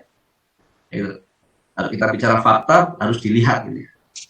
Jadi semuanya based on fakta, based on data. Berdasarkan fakta, berdasarkan data. Jadi apa salah satu yang bisa dilihat? Apa yang salah satu yang bisa dijadikan fakta dan data? Nah, itu salah satunya ya. Ini pasti akan banyak sekali gitu ya. Nah, bicara salah satunya adalah bagaimana progres perkembangan dari sisi bisnis keuangan perusahaan. Datanya apa? Datanya adalah laporan keuangan. Datanya apa lagi? Datanya adalah laporan penjualan. Seperti itu. Jadi perusahaan harus, kalau memang benar-benar mau karyawannya itu punya mindset yang bahwa ini adalah kondisi yang tidak bisa ditoleransi sehingga harus memutuskan seperti itu, perusahaan harus dengan rela menyaksikan data tersebut. Ya, kita manusia pasti sekedar diomongi ya bisa ngeyel ya, bisa membantah gitu ya. Kadang kita sudah tunjukkan datanya, sudah tunjukkan faktanya, masih bisa ngeyel itu pun ya. Tapi insya Allah kalau misalkan kita sanggup untuk menyajikan data itu, menyajikan fakta yang ada seperti itu sedikit banyak akan memberikan gambaran sehingga persepsi si karyawannya itu lebih adil mungkin Pak Nggih. Iya betul. Supaya persepsi mereka itu bahwa ketika saya diberhentikan, mereka bersikap lebih mawas diri seperti itu nggih Pak. Betul seperti itu. Jadi itu salah satu data faktanya. Fakta yang lain misalkan perusahaan sekarang sudah menurunkan biaya-biaya, misalkan ya pengadaan ini nggak ada, pengadaan itu nggak ada, ini tidak disetujui, minta ini tidak disetujui. Nah itu juga adalah fakta bahwa memang lagi krisis nih semuanya kayak gitu. Itu salah satunya. Jadi mengubah mindset, kita harus tidak sekedar ngomong, tapi itu tadi tunjukkan fakta datanya, tampilkan secara visual. Ajak mereka untuk berpikir. Logikanya harus nyampe, laporannya seperti ini, dibaca seperti ini, ini. Nah, itu harus clear. Gitu sih. Seperti itu, nggih. Ya, mungkin itu Pak Mirza, Mas Irfan yang nggih. Terima kasih Pak Ambar atas tanggapan atas pertanyaan-pertanyaan dari teman-teman kita yang dari sini. Selanjutnya kita memilih Pak dua penyanyi terbaik. Iya. Satu atau dua langsung dipilih oleh Pak Ambar. Satu atau dua orang yang terbaik atau berapa orang? Dua orang Bapak. Dua orang. Oke, monggo Pak Ambar kira-kira pilih yang mana Pak Ambar? Kalau boleh tahu hadiahnya apa Mbak Yanti? Oh, hadiahnya nanti akan dikirimkan pulsa ya Pak ke teman-teman semuanya. Pakai data. Iya. Untuk online. Pulsa dan HP-nya atau? Pulsa aja ya Pak. Ya, saya pilih nih ya, bismillah. Jadi yang terakhir ya Mas Irfan. Ya itu ya apa namanya? Mas Irfan ya. Mas Irfan. Kemudian yang kedua ya mungkin ibu-ibu tadi yang meeting sambil masak tadi Pak ya. Oh, Bu Alvina. Mungkin ini mohon maaf Pak Ambar sebelumnya. Cuma saja Pak yang dipilih saja. Para dosen mungkin. Oke. Tadi mahasiswanya yang nanya siapa aja ya, saya lupa ya. Ada KPP, ada Kusnia Pratama Putri, ada Mas Irfan, tadi ada juga sama siapa di Mbak Wafik sama Wafik, iya benar Pak. Oke. Ya, bismillah Mbak Wafik. Oke, Mbak Wafik ya. Berarti yang pemenang pertamanya adalah Mas Irfan, kedua adalah Mbak Wafik, seperti itu nggih Pak? Ya. Oke. Oke, dan untuk pemenangnya silahkan langsung DM di IG MGWIK ya teman-teman untuk ngedrop nomor telepon biar langsung diisikan pulsanya sama panitia. Oke, selamat ya bagi kedua pemenang Mas Irfan dengan Mbak Wafik ya. Ini Wafik ini Mbak Pak, bukan Mas Pak. Ya, kalau saya kebalik. Oke Pak Mirza, mungkin bisa langsung ditutup untuk sesi kali ini. Oke, terima kasih Bapak Ambar telah meluangkan waktunya untuk berdiskusi dengan teman-teman kita di sini yang sedang bergabung dengan Google Meet kita hari ini. Terima kasih juga, tak lupa saya ucapkan terima kasih banyak kepada Prof. Cipto Hadi Sawarjuwono karena telah bergabung dengan kita. Kemudian Pak Aditya Narendra dan juga Ibu Alvina. Terima kasih juga kepada panitia yang telah sukses menyelenggarakan acara MG Week ini ya. Alhamdulillah ini bisa terlaksana dengan lancar. Sekian dari saya. Apabila ada kesalahan ucapan tolong mohon dimaafkan. Kemudian acara ini kami tutup. Assalamualaikum warahmatullahi wabarakatuh. Waalaikumsalam. Oh ya, untuk Pak Ambar dan teman-teman serta Pak Mirza dan Ibu dosen, Bapak Ibu dosen, mungkin kita bisa berfoto terlebih dahulu. Foto online, untuk foto online ya, untuk mengabadikan momen pada sesi 4 ini. Prof mungkin juga bisa on cam, Pak. Silahkan untuk teman-teman juga boleh on cam. Sudah. Oke. Monggo Prof. Sudah toh. Bentar. Oh iya, sampun. Saya ambil alih ya, Vi. Oke, siap tim IT, silahkan.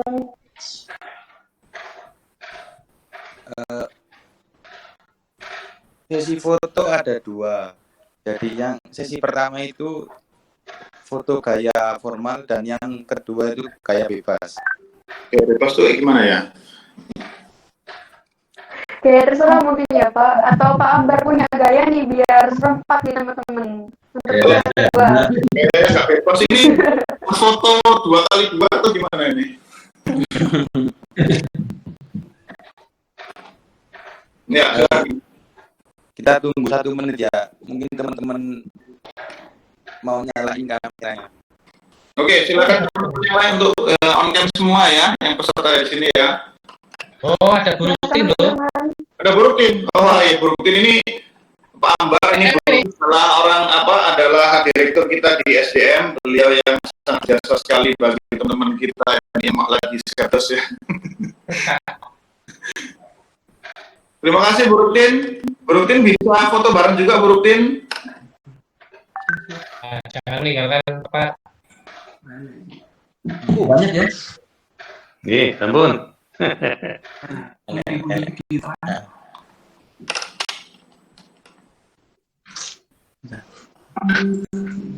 Satu menit loh ya Mas, jangan 1 jam. 1 jam ini burung ngerjain cerdas ini teman-teman ini. Hitungan mundur dari 3 ya. Oh, Oke. ya. 3. Ini gaya bebas. Oke, bebas ya. Oh, mana gaya formal, Pak? Kayak formal dulu Mas. Formal gimana ya? Kayak itu gitu, Pak. Ya. 3, 2, 1. Habis ini yang sesi kedua itu gaya bebas. Ya, bebas. Kayak bebas. Berapa menit kayak bebasnya ini? Bentar Pak, ini masih pindah. Oke. Wah, kalau pindah ini 1 hari kayaknya Mas. Hitungan mundur dari 3, 2, 1.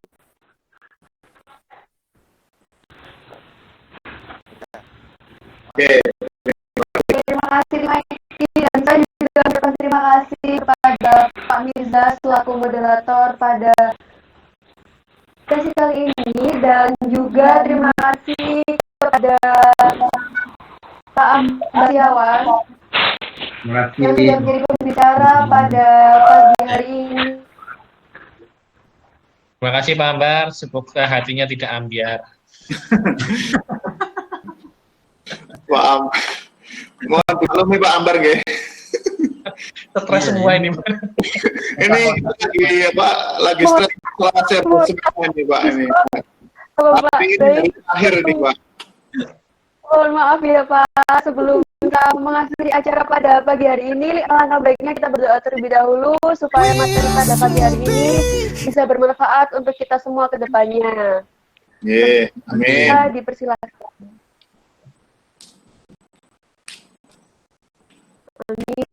Amin, berdoa dicukupkan. Baik, terima kasih Bapak-Bapak, Ibu guru dosen, dan juga Pak Ambar Siahan, serta teman-teman yang sudah join. Sebentar. Oh iya Pak. Teman-teman yang kompensasi, terus kemudian kompensasi, terus pimpinan sama BPSDM, tolong online-nya ini di screenshot ya. Di screenshot bahwa menyatakan bahwa nanti kalian hadir, nanti dikumpulkan di Google Classroom ya, dikumpulkan. Screenshot saja, screenshot, oke? Terima kasih. Terima kasih juga kepada Profesor Cip yang sudah bergabung di Day 4 ini. Terima kasih Bapak. Terima kasih Profesor.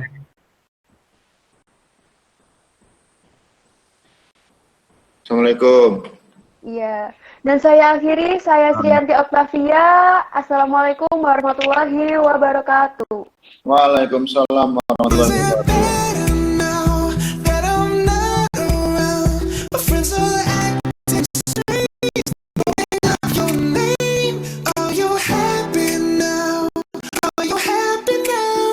I don't wanna know, no, no, no, who's taking you home, oh, oh, oh, love you so, so, so, so, the way I used to love you, no, I don't wanna know, no, no, no, who's taking you home, oh, oh, oh, love you so, so, so, so, the way I used to love you, oh, I don't wanna know.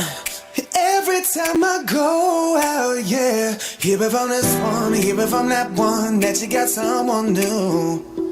Yeah, I say but don't believe it, 'cause even in my head, you're still in my bed. Maybe I'm just a fool. Do you think of me, what we used to be? Is it better now that I'm not around? Friends are acting strange, they bring up your name. Are you happy now? Are you happy now? I don't wanna know, no, no, no, who's taking you home, oh, oh, oh, love you so, so, so, so, the way I used to love you, no, I don't wanna know, no, no, no, who's taking you home, oh, oh, oh, love you so, so, so, so, the way I used to love you, oh, I don't wanna know. No more please stop, no more hashtag boot up screenshots, no more trying to make me jealous on your birthday. You know just how I made you better on your birthday. Do you like this? Do we like this? Do we lay it down for you, touch your poop like this? Matter of fact, never mind, will I let the past be? Maybe he's right now, but your body's still me. I don't wanna know, no, no, no, who's taking you home, oh, oh, oh, love you so, so, so, so, the way I used to love you, no, I don't wanna know, no, no, no, who's taking you home, oh, oh, oh, love you so, so, so, so, the way I used to love you, oh, I don't wanna know.